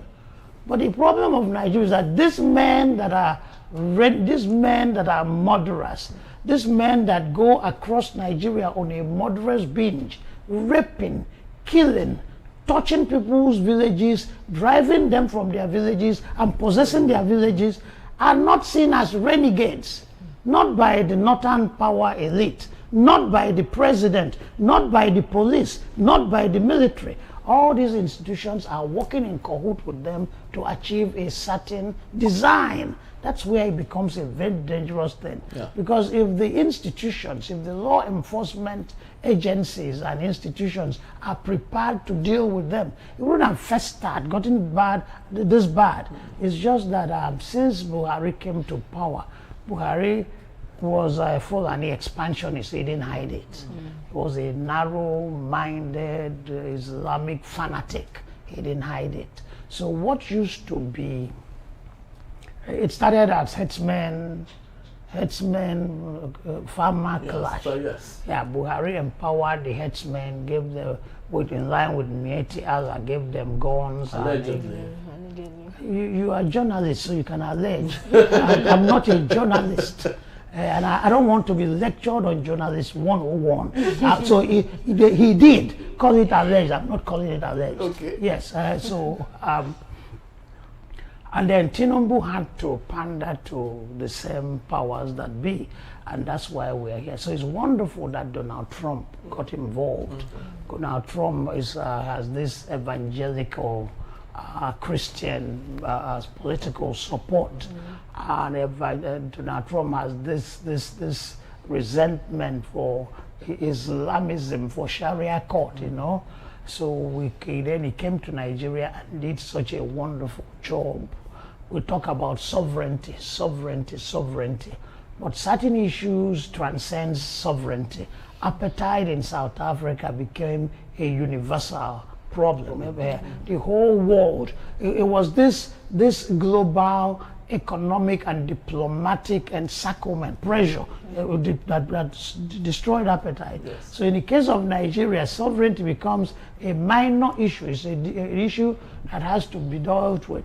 The Nigerian government did not cooperate with Trump and co, but they were sidelined and they felt helpless.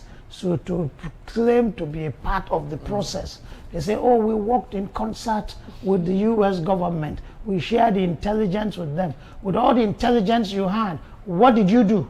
They didn't share anything with the US government. Right. But I wish they continue with this approach and decimate these terrorists, because we have to have some kind of peace in this country. All right. Well, he has already said there will be more strikes, yes. So let's move on to Eko, John and Nicholas. I'd love to believe our connection is okay and fine now, because we really need your say on some of the things. So what questions do you have for him? Okay, so still on the Yawata massacre, what's your take? Because we've heard from Barrister Evans, we've heard from Mr. Tochukwu, so we'd like to hear from you. What can you say about the massacre that happened during in June? Yeah. Especially knowing that it's distorting on the food basket of the Federation, Benue State and other states that feed Nigeria. Yes, I think that the Yelwata massacre is condemnable in all its ramifications. And such killing shouldn't be allowed. That should not happen in the civilized country under any guise. It's a complete barbarism, and as I said, it's condemnable. But the point is this: I think that the water massacre, what led to it? I mean, I hope I'm clear. Yeah, very well. You are. Yes. Okay, thank you very much. The point is that what led to Yelwata massacre, the Fulanis and the headers, the headers and Fulani headers and farmers, what the source, the material condition that gave rise to that conflict, it has not been addressed. And you can be sure that after some time again, it's going to repeat itself. It's not just about addressing the symptoms. It's about addressing the root cause of the problem. Today now, nobody is talking of ranching. Nobody is talking of restoration or reforestation in the northern part of the country as a result of the desertification. Nobody is talking of the water resources. As a result of the shrinking of Lake Chad, vis-a-vis, the climate change, which has also had effect on some of these things. Nobody is talking of the poverty, the acute poverty that these people are facing, that has given rise to all this kind of a thing. You see, I think that when we make analysis of this issue, it's not always good that we are one-sided. Yes, in Benue is predominantly Christian, because Benue is predominantly inhabited by Christians. The point is there is also cattle rustling. We have had a case where some of those cattle of the Fulanis have been rustled, they have been stolen. Here you get it. But the point is that in itself should not justify that massacre, that murder that has taken place and that is still taking place in Benue, in Plateau, in Taraba. even in Zamfara and the likes of them as a result of banditry and all that. The point is that there is a need. The government has not done anything to address all these issues. Yes, okay. I support every action that will at least mitigate all these issues. Sure, you get it. But the justification that is given to Trump's invasion or to Trump, I mean, whatever name you want to call it, attack on those terrorists, as good as it might seem, for me, it does not address the root cause of the issue. Sure, you get it. Yes, we condemn it. We are interested in addressing it because every life of Nigerian should matter, whether it's a Muslim, whether it's Christian, whoever, be from the south, from the north, everywhere, human life should be taken as sacred. So it should not be seen as a one-sided thing. There is also an attack on the Muslim community. I mean, by the bandits, even by the Fulani, herdsmen too. The banditry in Zamfara, it has been said that the origin of it was as a result of cattle rustling and the likes of them. And that is what, recent history goes back to banditry over there. But the point is that for some, it's not just the northern ruling elite. No, it's the ways of our politicians, our capitalist politicians. The insecurity in the country. We have to have a holistic view of it. It has become a racket. The underground economy, as brought about by that insecurity, has become a huge racket by our political class in terms of award of contract for arms and the likes of them. So, as good, quote unquote, as the Trump intervention might seem, it does not address the root cause of it. It might just, for some times, they will just lie low. If the root cause is not addressed, you can be sure that over time they are going to metamorphose into other things. Before now, there was no banditry. It was Boko Haram terrorists. But we are talking of banditry, we not swap, we not talk of ISIS. Alakwana, just name them. Here you get it. That is that. Then on the Mokwale flood, please allow me to quickly. Yeah, please do. Okay. I was saying. Yes, thank you very much. I was saying that I'm also a direct victim as fish farmer. In fact, it's not just Mokwa alone. It was just that the Mokwa, the scale of the Mokwa, flood was higher, and it had a lot of coverage. Because of the structure, calamity. In that, after that Mokwa's, calamity, a lot of flood has happened. Sometimes in July or thereabouts, in the Bolu in our local government, there was flood which were taken away, and people lost their life. Over 1 billion worth of they were washed away, and nobody said anything. Government did nothing, and nobody had the feet. The point is, we are doing climate change is a big factor, but that is the reality. But climate change can be mitigated. The right thing is done by the government. For instance, today in the Nigerian, it has been said that over 20 million Nigerians have no access to the use of LPG gas, and that they have gone back to charcoal and firewood. What does that tell us? That's a result of that.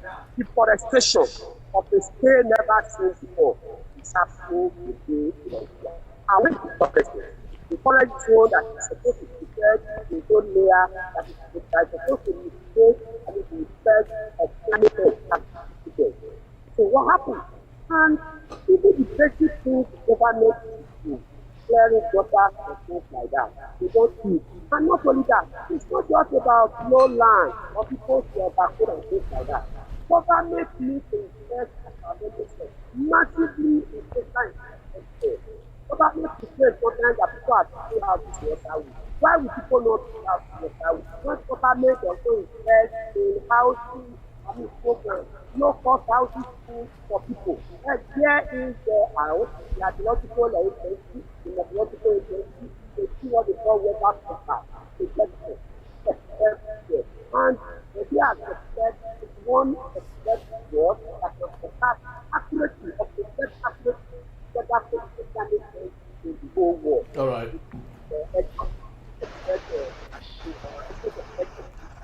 And yet, the government has not done anything to address this issue. That is what All right. time. You remember Adam's era. We had a flood in Lagos. In Meduguri, when the Lagos Dam and so were released, the vast people of Meduguri was flooded and all that. A lot of people died. We did what our government does. We are not going to do anything. And that is why I'm always saying that these issues are extending. Now, you have a government that addresses the needs of people. We are going to next year we are going to you can be sure that I'm not a prophet of doom. So I can say without also that I know we keep talking of law. All right. Okay. All right. Thank you. Thank you so very much. Yes. Thank you so very much. Of course, we've discussed so much about a lot of things happened. That have happened in 2025, but of course it's not all doom and gloom. We have it that from August to October, exactly, that Nigeria recorded a bit of good gains, and we have it from research that Nigeria's economy under President Bola Tinubu showed signs of recovery, with GDP growing to 4.2% in Q2 of 2025. And also we have an increased non-oil revenue, higher foreign reserves, and a stronger stock market driven by subsidy removal and exchange rate reforms. Currently, our reserves is closing at $52 billion right now in on Nigeria, which we have in other parts of the world, the United States, I love to believe. The barrister, what's your take on this? Do you think this analysis or this statistics that we have, especially coming from the federal government now, is what Nigerians will call audio data that we shouldn't take seriously? Those are macroeconomic indices. The macroeconomic indices does not really affect the individual human person down the ladder. They are just economic projections and economic assertions that points towards growth, that points towards economic growth and stability. Okay, it does not in any way affect the micro situation. The micro situation, that is the situation that is the direct impact to the people. Talk about insecurity, talk about high cost of living, talk about transportation and the rest of that. Those ones are the ones that we want them to analyze. This one, they're analyzing the macro is for foreign investors. It's for marketing. Right? You're marketing your country. It's for foreign investment indicators. And the higher it's not an impact. It's not a welfare impact analysis, okay, or that looks at the current state of the Nigerian person in terms of his welfare and his livelihood. Okay, so we witnessed that at some point, but you know that even after that, the IMF still came out and gave after that period, they came out and gave another conflicting report against that. I think that was that should be in was it in June or so? Yes. Yes, it was in June. Yes, yeah. They came out and I gave another. They now talked about the fact that the federal government is still paying subsidy. You remember the World Bank gave that projection just immediately after this same issue, that and it went all around there. So the situation that we should look at it is the issue of inflation.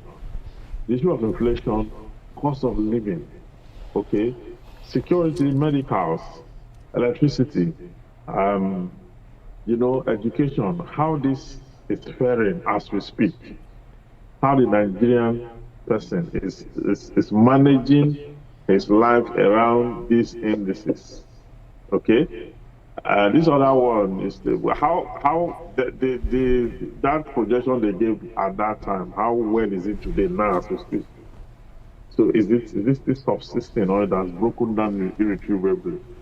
The true state of the fact is that there's no implicit growth in the lives of the people. So, and when you don't have that, it means that the economy is failing. Okay?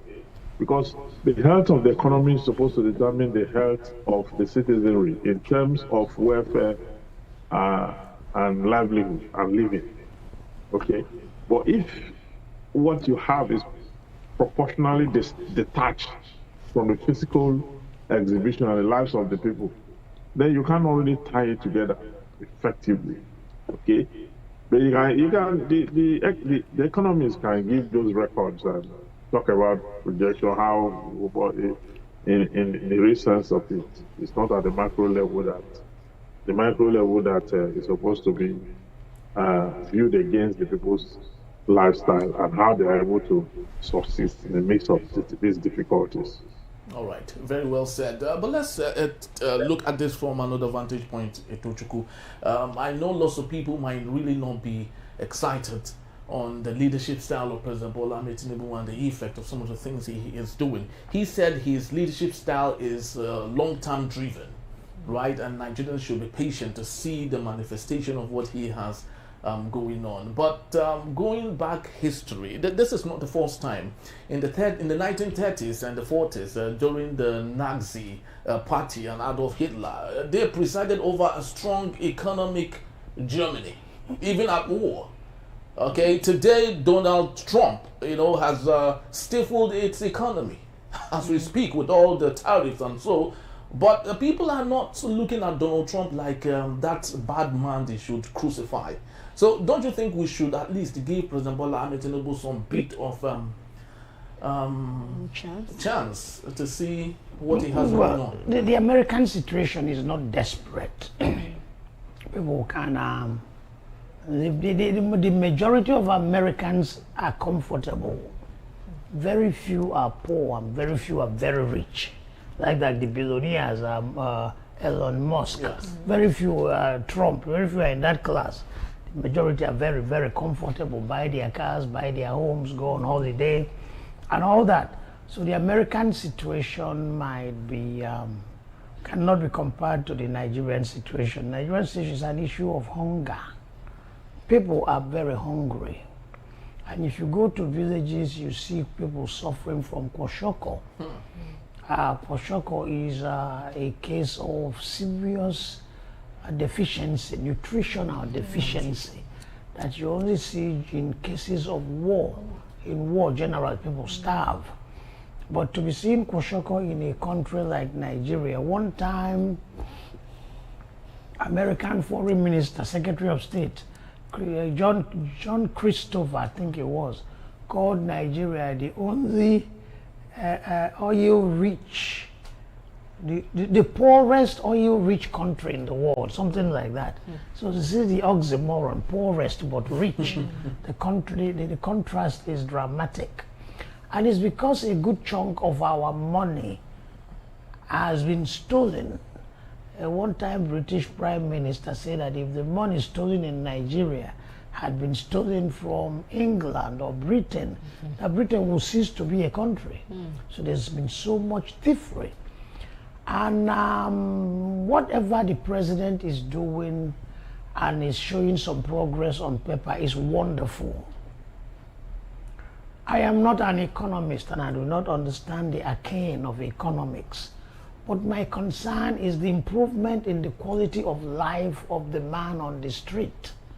So let's keep the colorful economic statistics apart. Has the life of the average Nigerian improved since the beginning of the Tinubu presidency? The answer is absolutely no. You have a lot of beggars. And some of these people begging is just that they fell on hard times, not that they are professional beggars. It's just the way things turned out. There's hunger in the land. I went to ShopRite to buy something, and I realized that ShopRite has closed. Yes, it's closed down. That's the one at Ikeja City Yes, Mall. Ikeja It's City closed Mall. down. Is that an indication of economic prosperity or an indication of economic depression? So those are the facts we need to look at, not the colorful figures. Sometimes the figures are cooked, but even when they are not cooked, let them translate to the improvement of the quality of the life of the average man. That's my concern.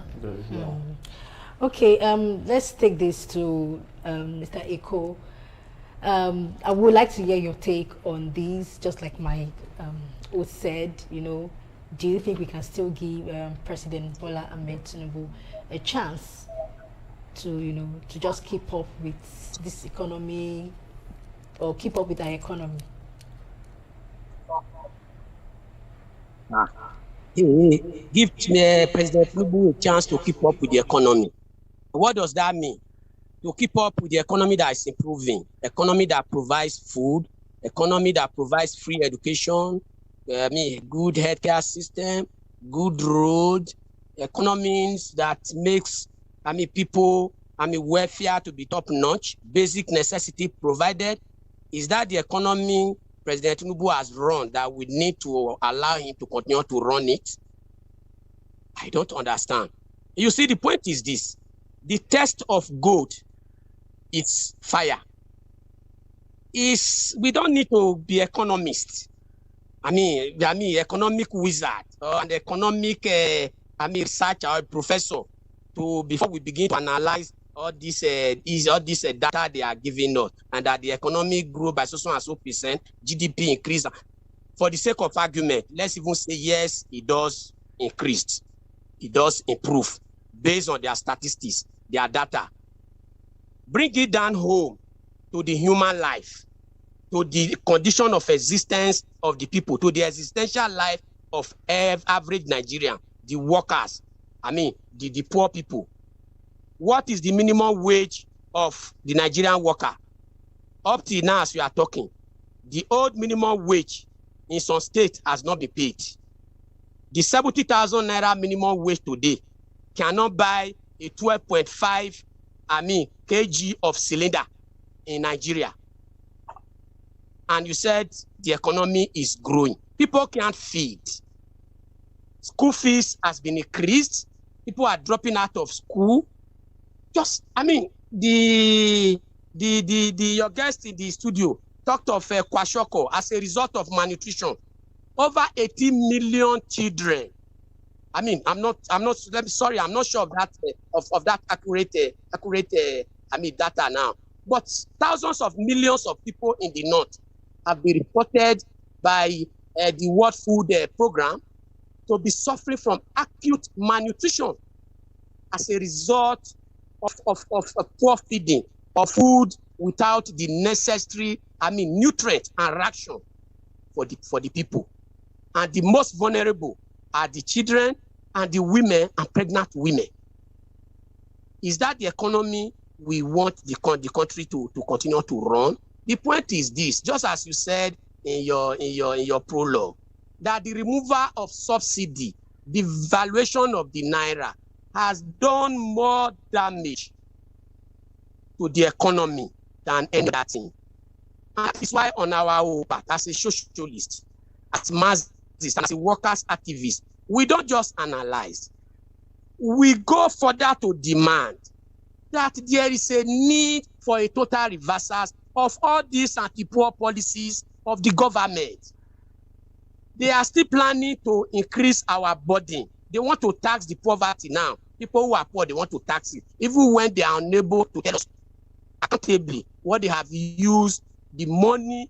They wrecked in from subsidy removal, what they have used it for, which we did not see in our life.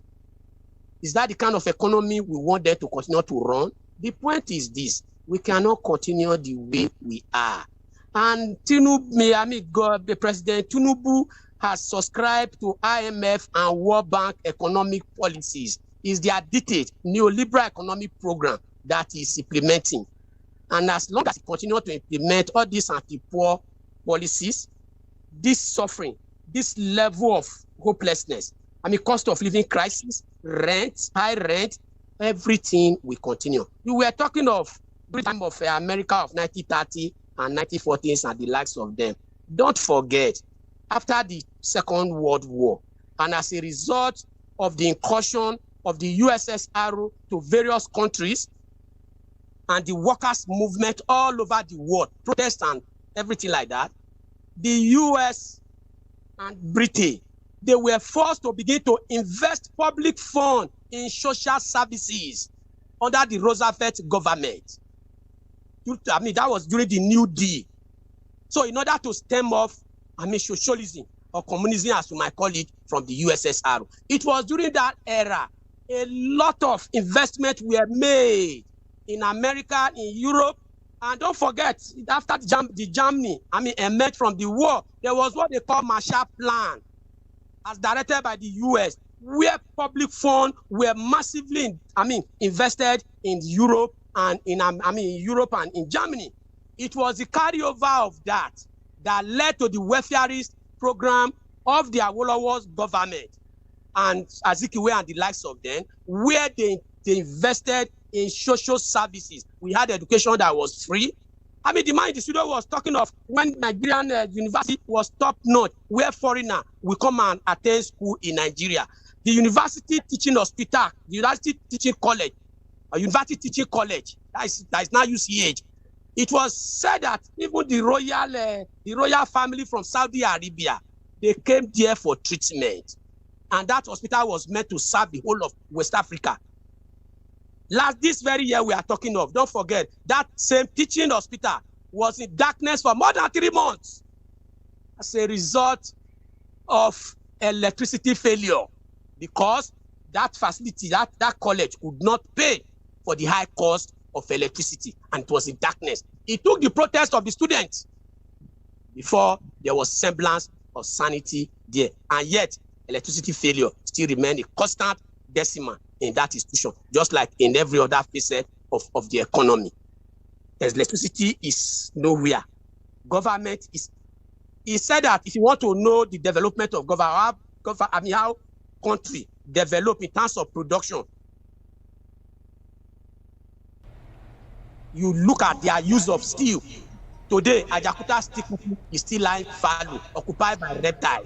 Government is not doing anything. See, all these figures they are just giving us is just diversion, or to just to gaslight the mass of the people and divert us from our poverty. And we are not diverted. And that is why we keep saying there is a need for a struggle and resistance. If not, this government, a pro-poor government, we continue with this anti-poor policy, and people's lives will continue to get worsened. The only ray of hope, quote and unquote, that we might see in 2026 is when they are preparing for election, when they will begin to bribe people with their tokenistic, money and food in order to buy, vote from them, because they have weaponized poverty, they have weaponized hunger. We can't. We are in youth high season now. In a Boeing, just last week or thereabout, if I'm not wrong, Tinubu was giving rice, sharing rice, Indomie noodle to people to celebrate in a country that is endowed with the best of resources we can think of all over the world. And yet, people have to depend on charity, on philanthropy, that kind of economy. All right. Yeah, so just to buttress your point, according to research, we have over 45 million Nigerians recorded as malnourished. And amongst that figure, 11 million children under the age of 5 suffer acute malnutrition. So this is how bad the situation is under President Bola Tinubu. But let's move on to November, and hopefully we conclude with December. Lots of things happened in the year in November, that is 2025. Amongst them is the abduction of the school children. We started from KB and that in Niger. And equally we had the issue of Nnamdi Kanu's final sentence, a life sentence. Barrister, I'd love us to maybe bring those two stories together: abduction of school children and Nnamdi Kanu's case. I'd love you to have your say on that.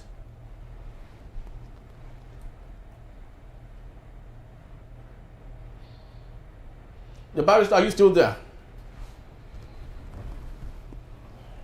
All right. So while we wait for barrister to join us, hopefully communication will be remade. Tochukwu, love you to have your say on that. Yes, the interesting thing or the disheartening thing is that before the attack by the bandits, there was information, intelligence came to the governor that the bandits are planning to attack this school and kidnap the students.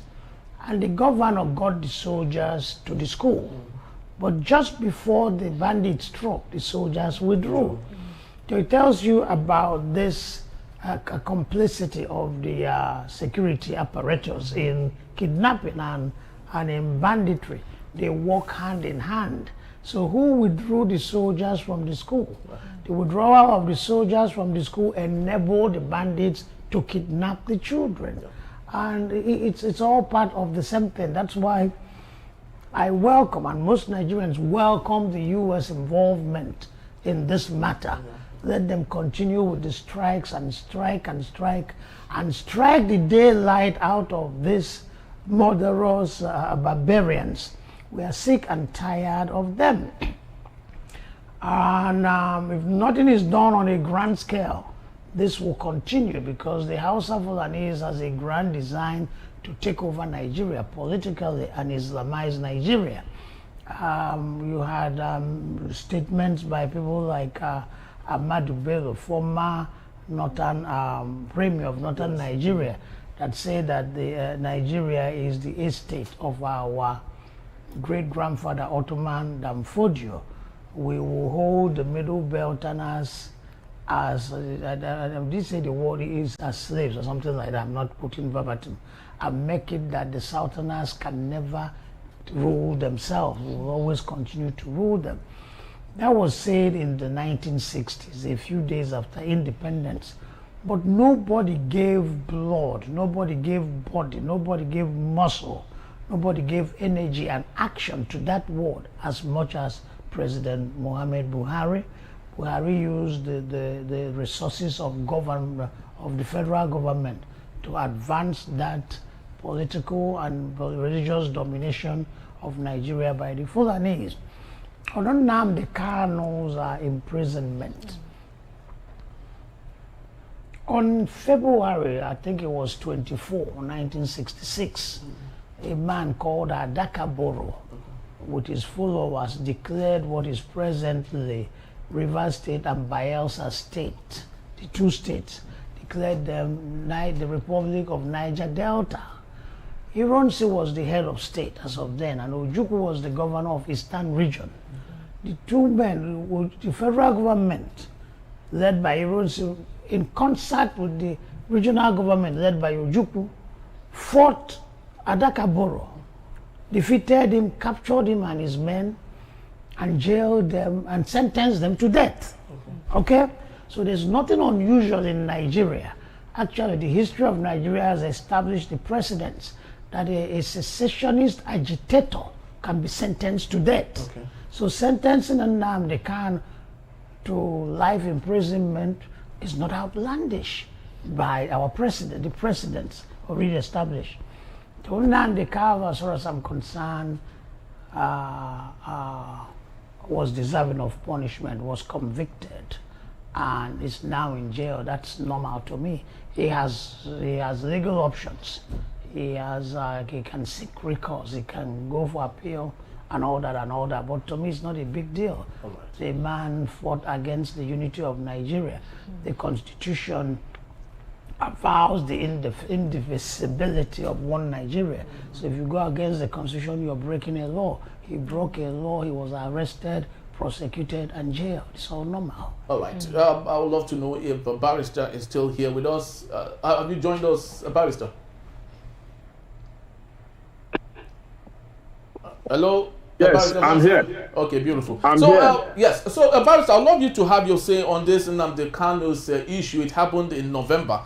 He was sentenced on the 20th, I would love to believe, 20th day of November 2025. Tochukwu said that it is justifiable that he should be sentenced to death, just like Adakaboro, who was equally sentenced to death by Aguiyi-Ironsi, coupled with Odumegwu Ojukwu, who was the governor of the Eastern region. So what's your take on this? Yeah, Nnamdi Kanu's agitation for succession was not supposed to be met by the level of resistance that the government gave to it, except for the way he went about it.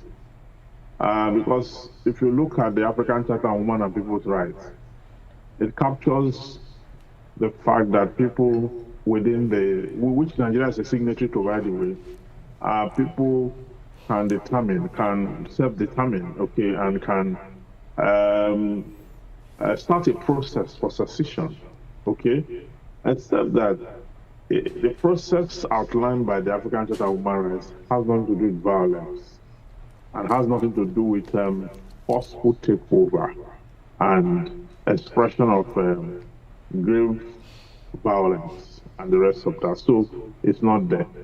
But you know, the federal government too did grave injustice to Nnamdi Kanu and the IPOB.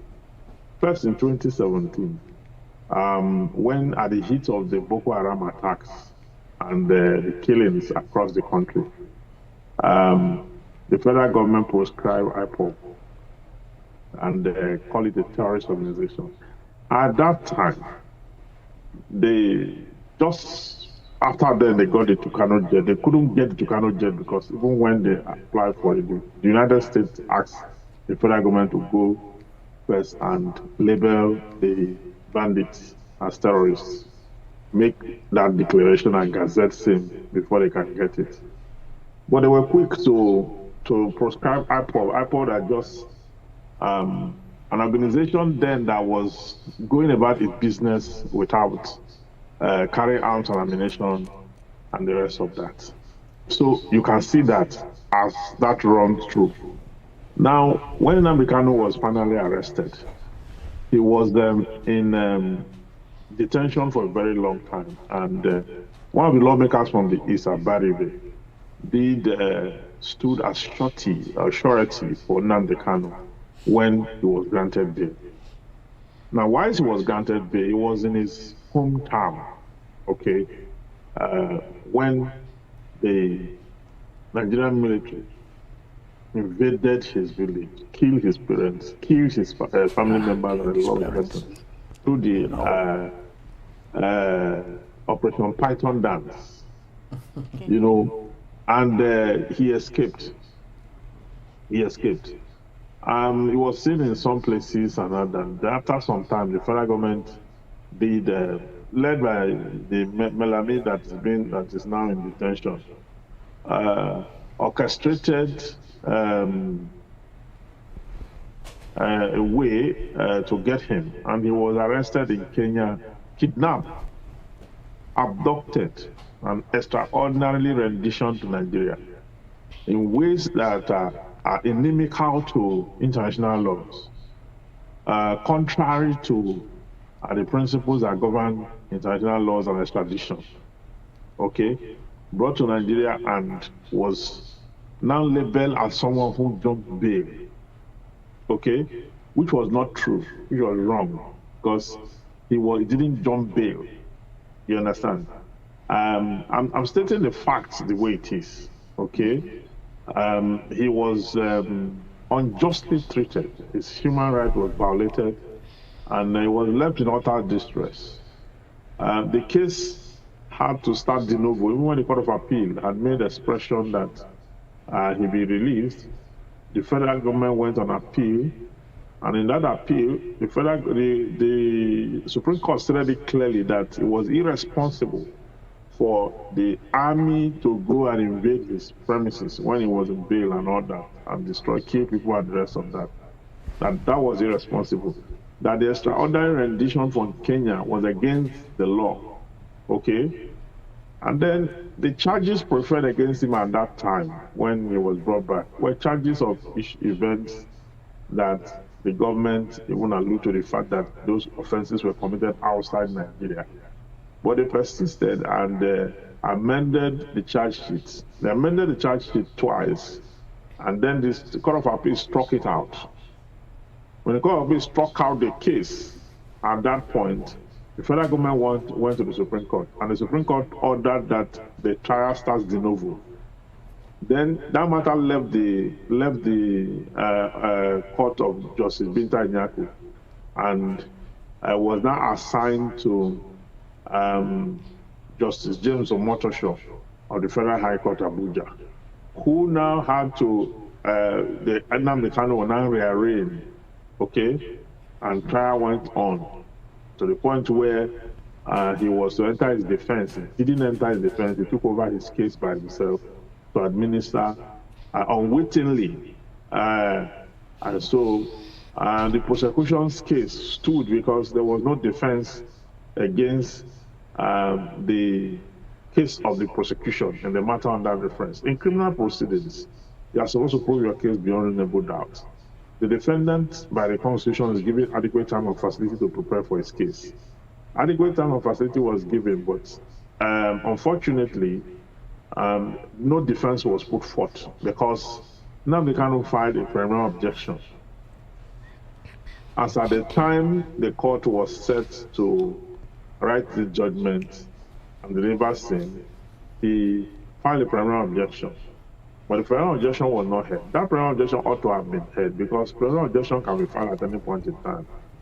I've heard people say, no, that the preliminary objection was argued to the Supreme Court. The one that was argued to the Supreme Court was when the Supreme Court made the order that the case stopped de novo. And at that point, when the case started de novo, there's no pending preliminary objection again. So he could have brought preliminary objection at any point before judgment, which he did. And the court still went ahead, to pass the judgment of a death sentence, and of a life imprisonment rather, against him. And this is how he found himself back to prison. From the prison, transferred to, after the conviction, transferred to Sokoto. From Sokoto, he has made some appeals or some file an application asking the federal government asking the prisons to move him to a closer place to the court where he can make his appeal to the Court of Appeal in the case under reference, but that has not been done so far. So the judgment is one that is highly criticized, but it's a judgment of court of first instance, so that's not the end. There's a Court of Appeal, there's a Supreme Court. So these two courts, these two higher courts will look at the matter dispassionately and then come to a point. So I do not believe that that conviction was right. This is me saying, from my conviction, I do not believe that judgment was right. I do not believe human incarceration to this point, because there are human rights issues here. There are persons who said, no, his action led to the death of many persons. His agitation led to the of many persons and the rest of that. But the truth is that he's still under trial. Even at this point, he's still under trial. So let the court now determine what the issues will be, stretched through to the Supreme Court. It's until the Supreme Court gave the judgment on this matter where we cannot see the end of this matter has happened so far. So this would also bring me to to Mr. Eko and Nicholas. So what's your take on the issue of the surge in abduction and also the sentence of Nnamdi Kanu, life sentence of Nnamdi Kanu? That happened in November 2025. Well, number one, the arrest, incarceration, and sentence of Nnamdi Kanu without mincing words is unjustifiable, and we strongly condemn it. Okay. Without prejudices to the legal finances and legal niceties, the Nnamdi Kanu state is political rather than legal and criminal. The right to self-determination is an inalienable right of every community, citizen, or nation. So it cannot be taken away. It's a democratic right. That Nnamdi Kanu is fighting for secession. It's not a crime. It is democratic right. That point has to be made. Another one is that Nnamdi Kanu agitation, secession, support It can be democratic right to be an armed We robber. don't agree It can be a democratic right to kill. that Nigeria was it the making of the British colonialists, the British imperialists, who yanked this country together in 1914 during the amalgamation without the democratic input of all the subsets making up the country that becomes Nigeria today. They were never consulted. So when people begin to take question, we have to take it from that historical context. And we all agree that the Southeast, predominantly Igbo, has not been treated rightly by this country over the years. The Biafra war, after the Biafra war, what part of the country suffered up to this moment. But the question is, why is granted the right to self-determination? It's a democratic right and inalienable one. We can't go about taking that right accordingly. And that is where we disagree with Kanu, that a right to self-determination should not be pursued by an individual on behalf of the many.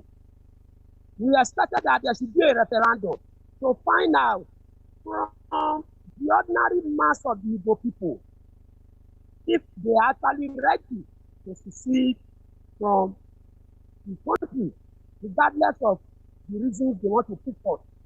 And it shouldn't be, too violent. And it should not be too ethnic rivalry. And Nnamdi Kanu have also gone out to mobilize other sections of Nigeria because of the Southeast Ghana, so that there will be unity of working class and the poor. And as socialists, we made it clear that look, even if the Southeast is seen from Nigeria under the present agreement, regardless of all the injustices that the Southeast has suffered, even if they can't see it.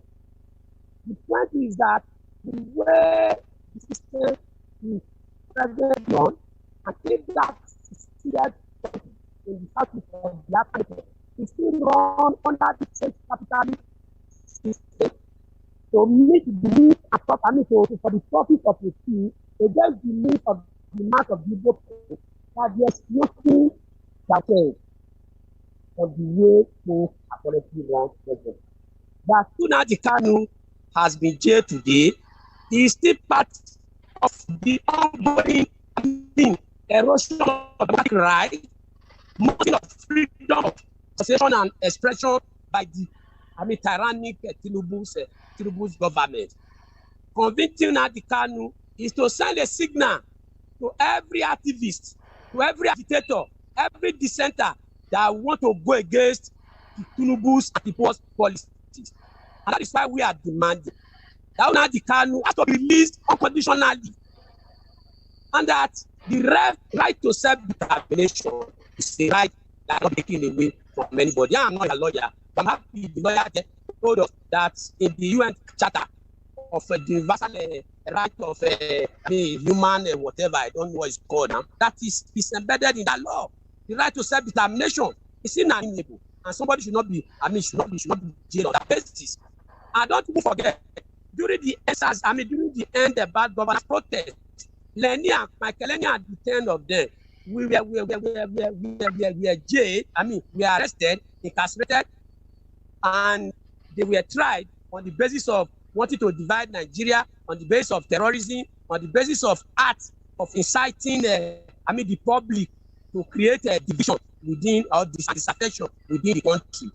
And that is to tell you how low this government can go. So jailing Kanu is not because he committed crime or because the legal whatever, he didn't meet it accordingly. It's purely political. When he favors Tinubu's tomorrow and he has any need for him, I'll be sure that they will release.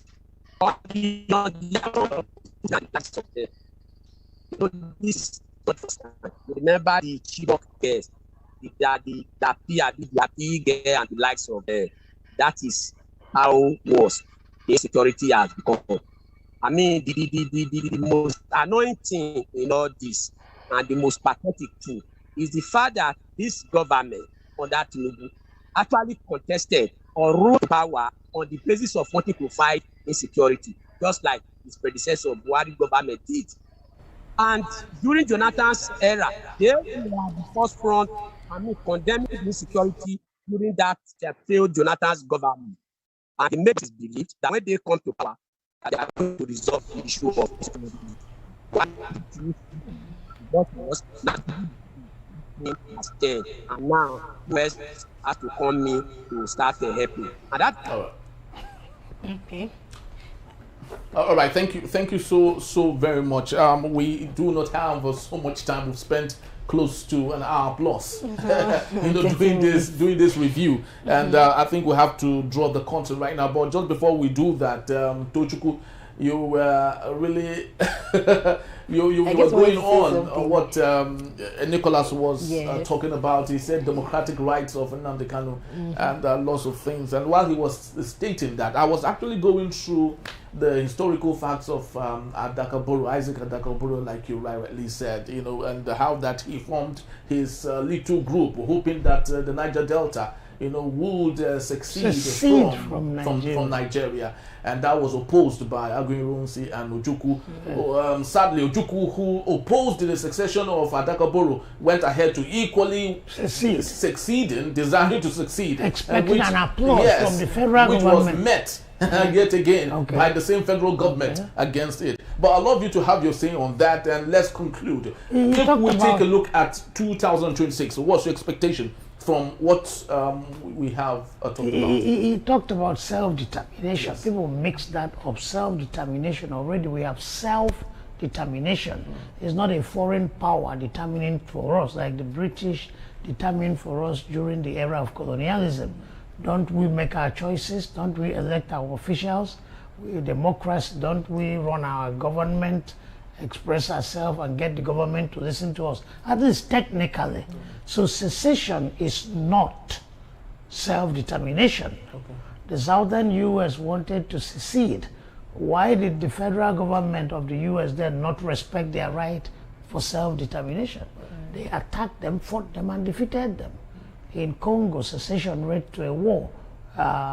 In Sudan, in Ethiopia, in Vietnam, in Nigeria, Adakabor and all that. So secession is not self-determination, and they must stop deceiving Igbo youths with that falsehood.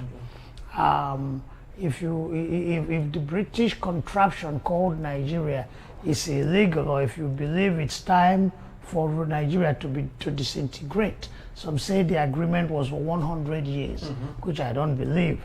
I don't know why they unified India, but didn't limit the unity of India to 1 year. They unified South Africa. South Africa was three republics, 3 Dutch republics, plus the blacks, held together by the British. They didn't limit it to 100 years. But let us believe that the Nigerian contraption was to last 100 years. Then it's time for people to start sensitizing Nigerians that 100 years has elapsed. Therefore, Nigeria should disintegrate and get the other Nigerians to agree to it. But like I've said time and time again, no ethnic group of Nigeria can secede from Nigeria unilaterally. It will result to a war. So educate other Nigerians, let them see the need to separate. Then we go our separate ways peacefully. Like that happened in Soviet Union and Yugoslavia. And what do I expect in 2006? 2026. 2026. Intensification of politics for the 2027 election. Tinubu is headlong into it. I mean, he has not settled down for once to govern. It's been politics. How do I get re-elected in 2027? Atiku is in there. Obi is in there. If Obi is in ADC and Atiku is in ADC, of course Atiku will win the nomination. It's power of money. Obi is wealthy. but not to the level of Atiku. And maybe Obi will be his vice president, which will disenchant the disobedience. There will be between Atiku, two major political gladiators, Atiku and Tinubu. It's hard to predict. They are all similar. Atiku has his own problem. But that's what I see.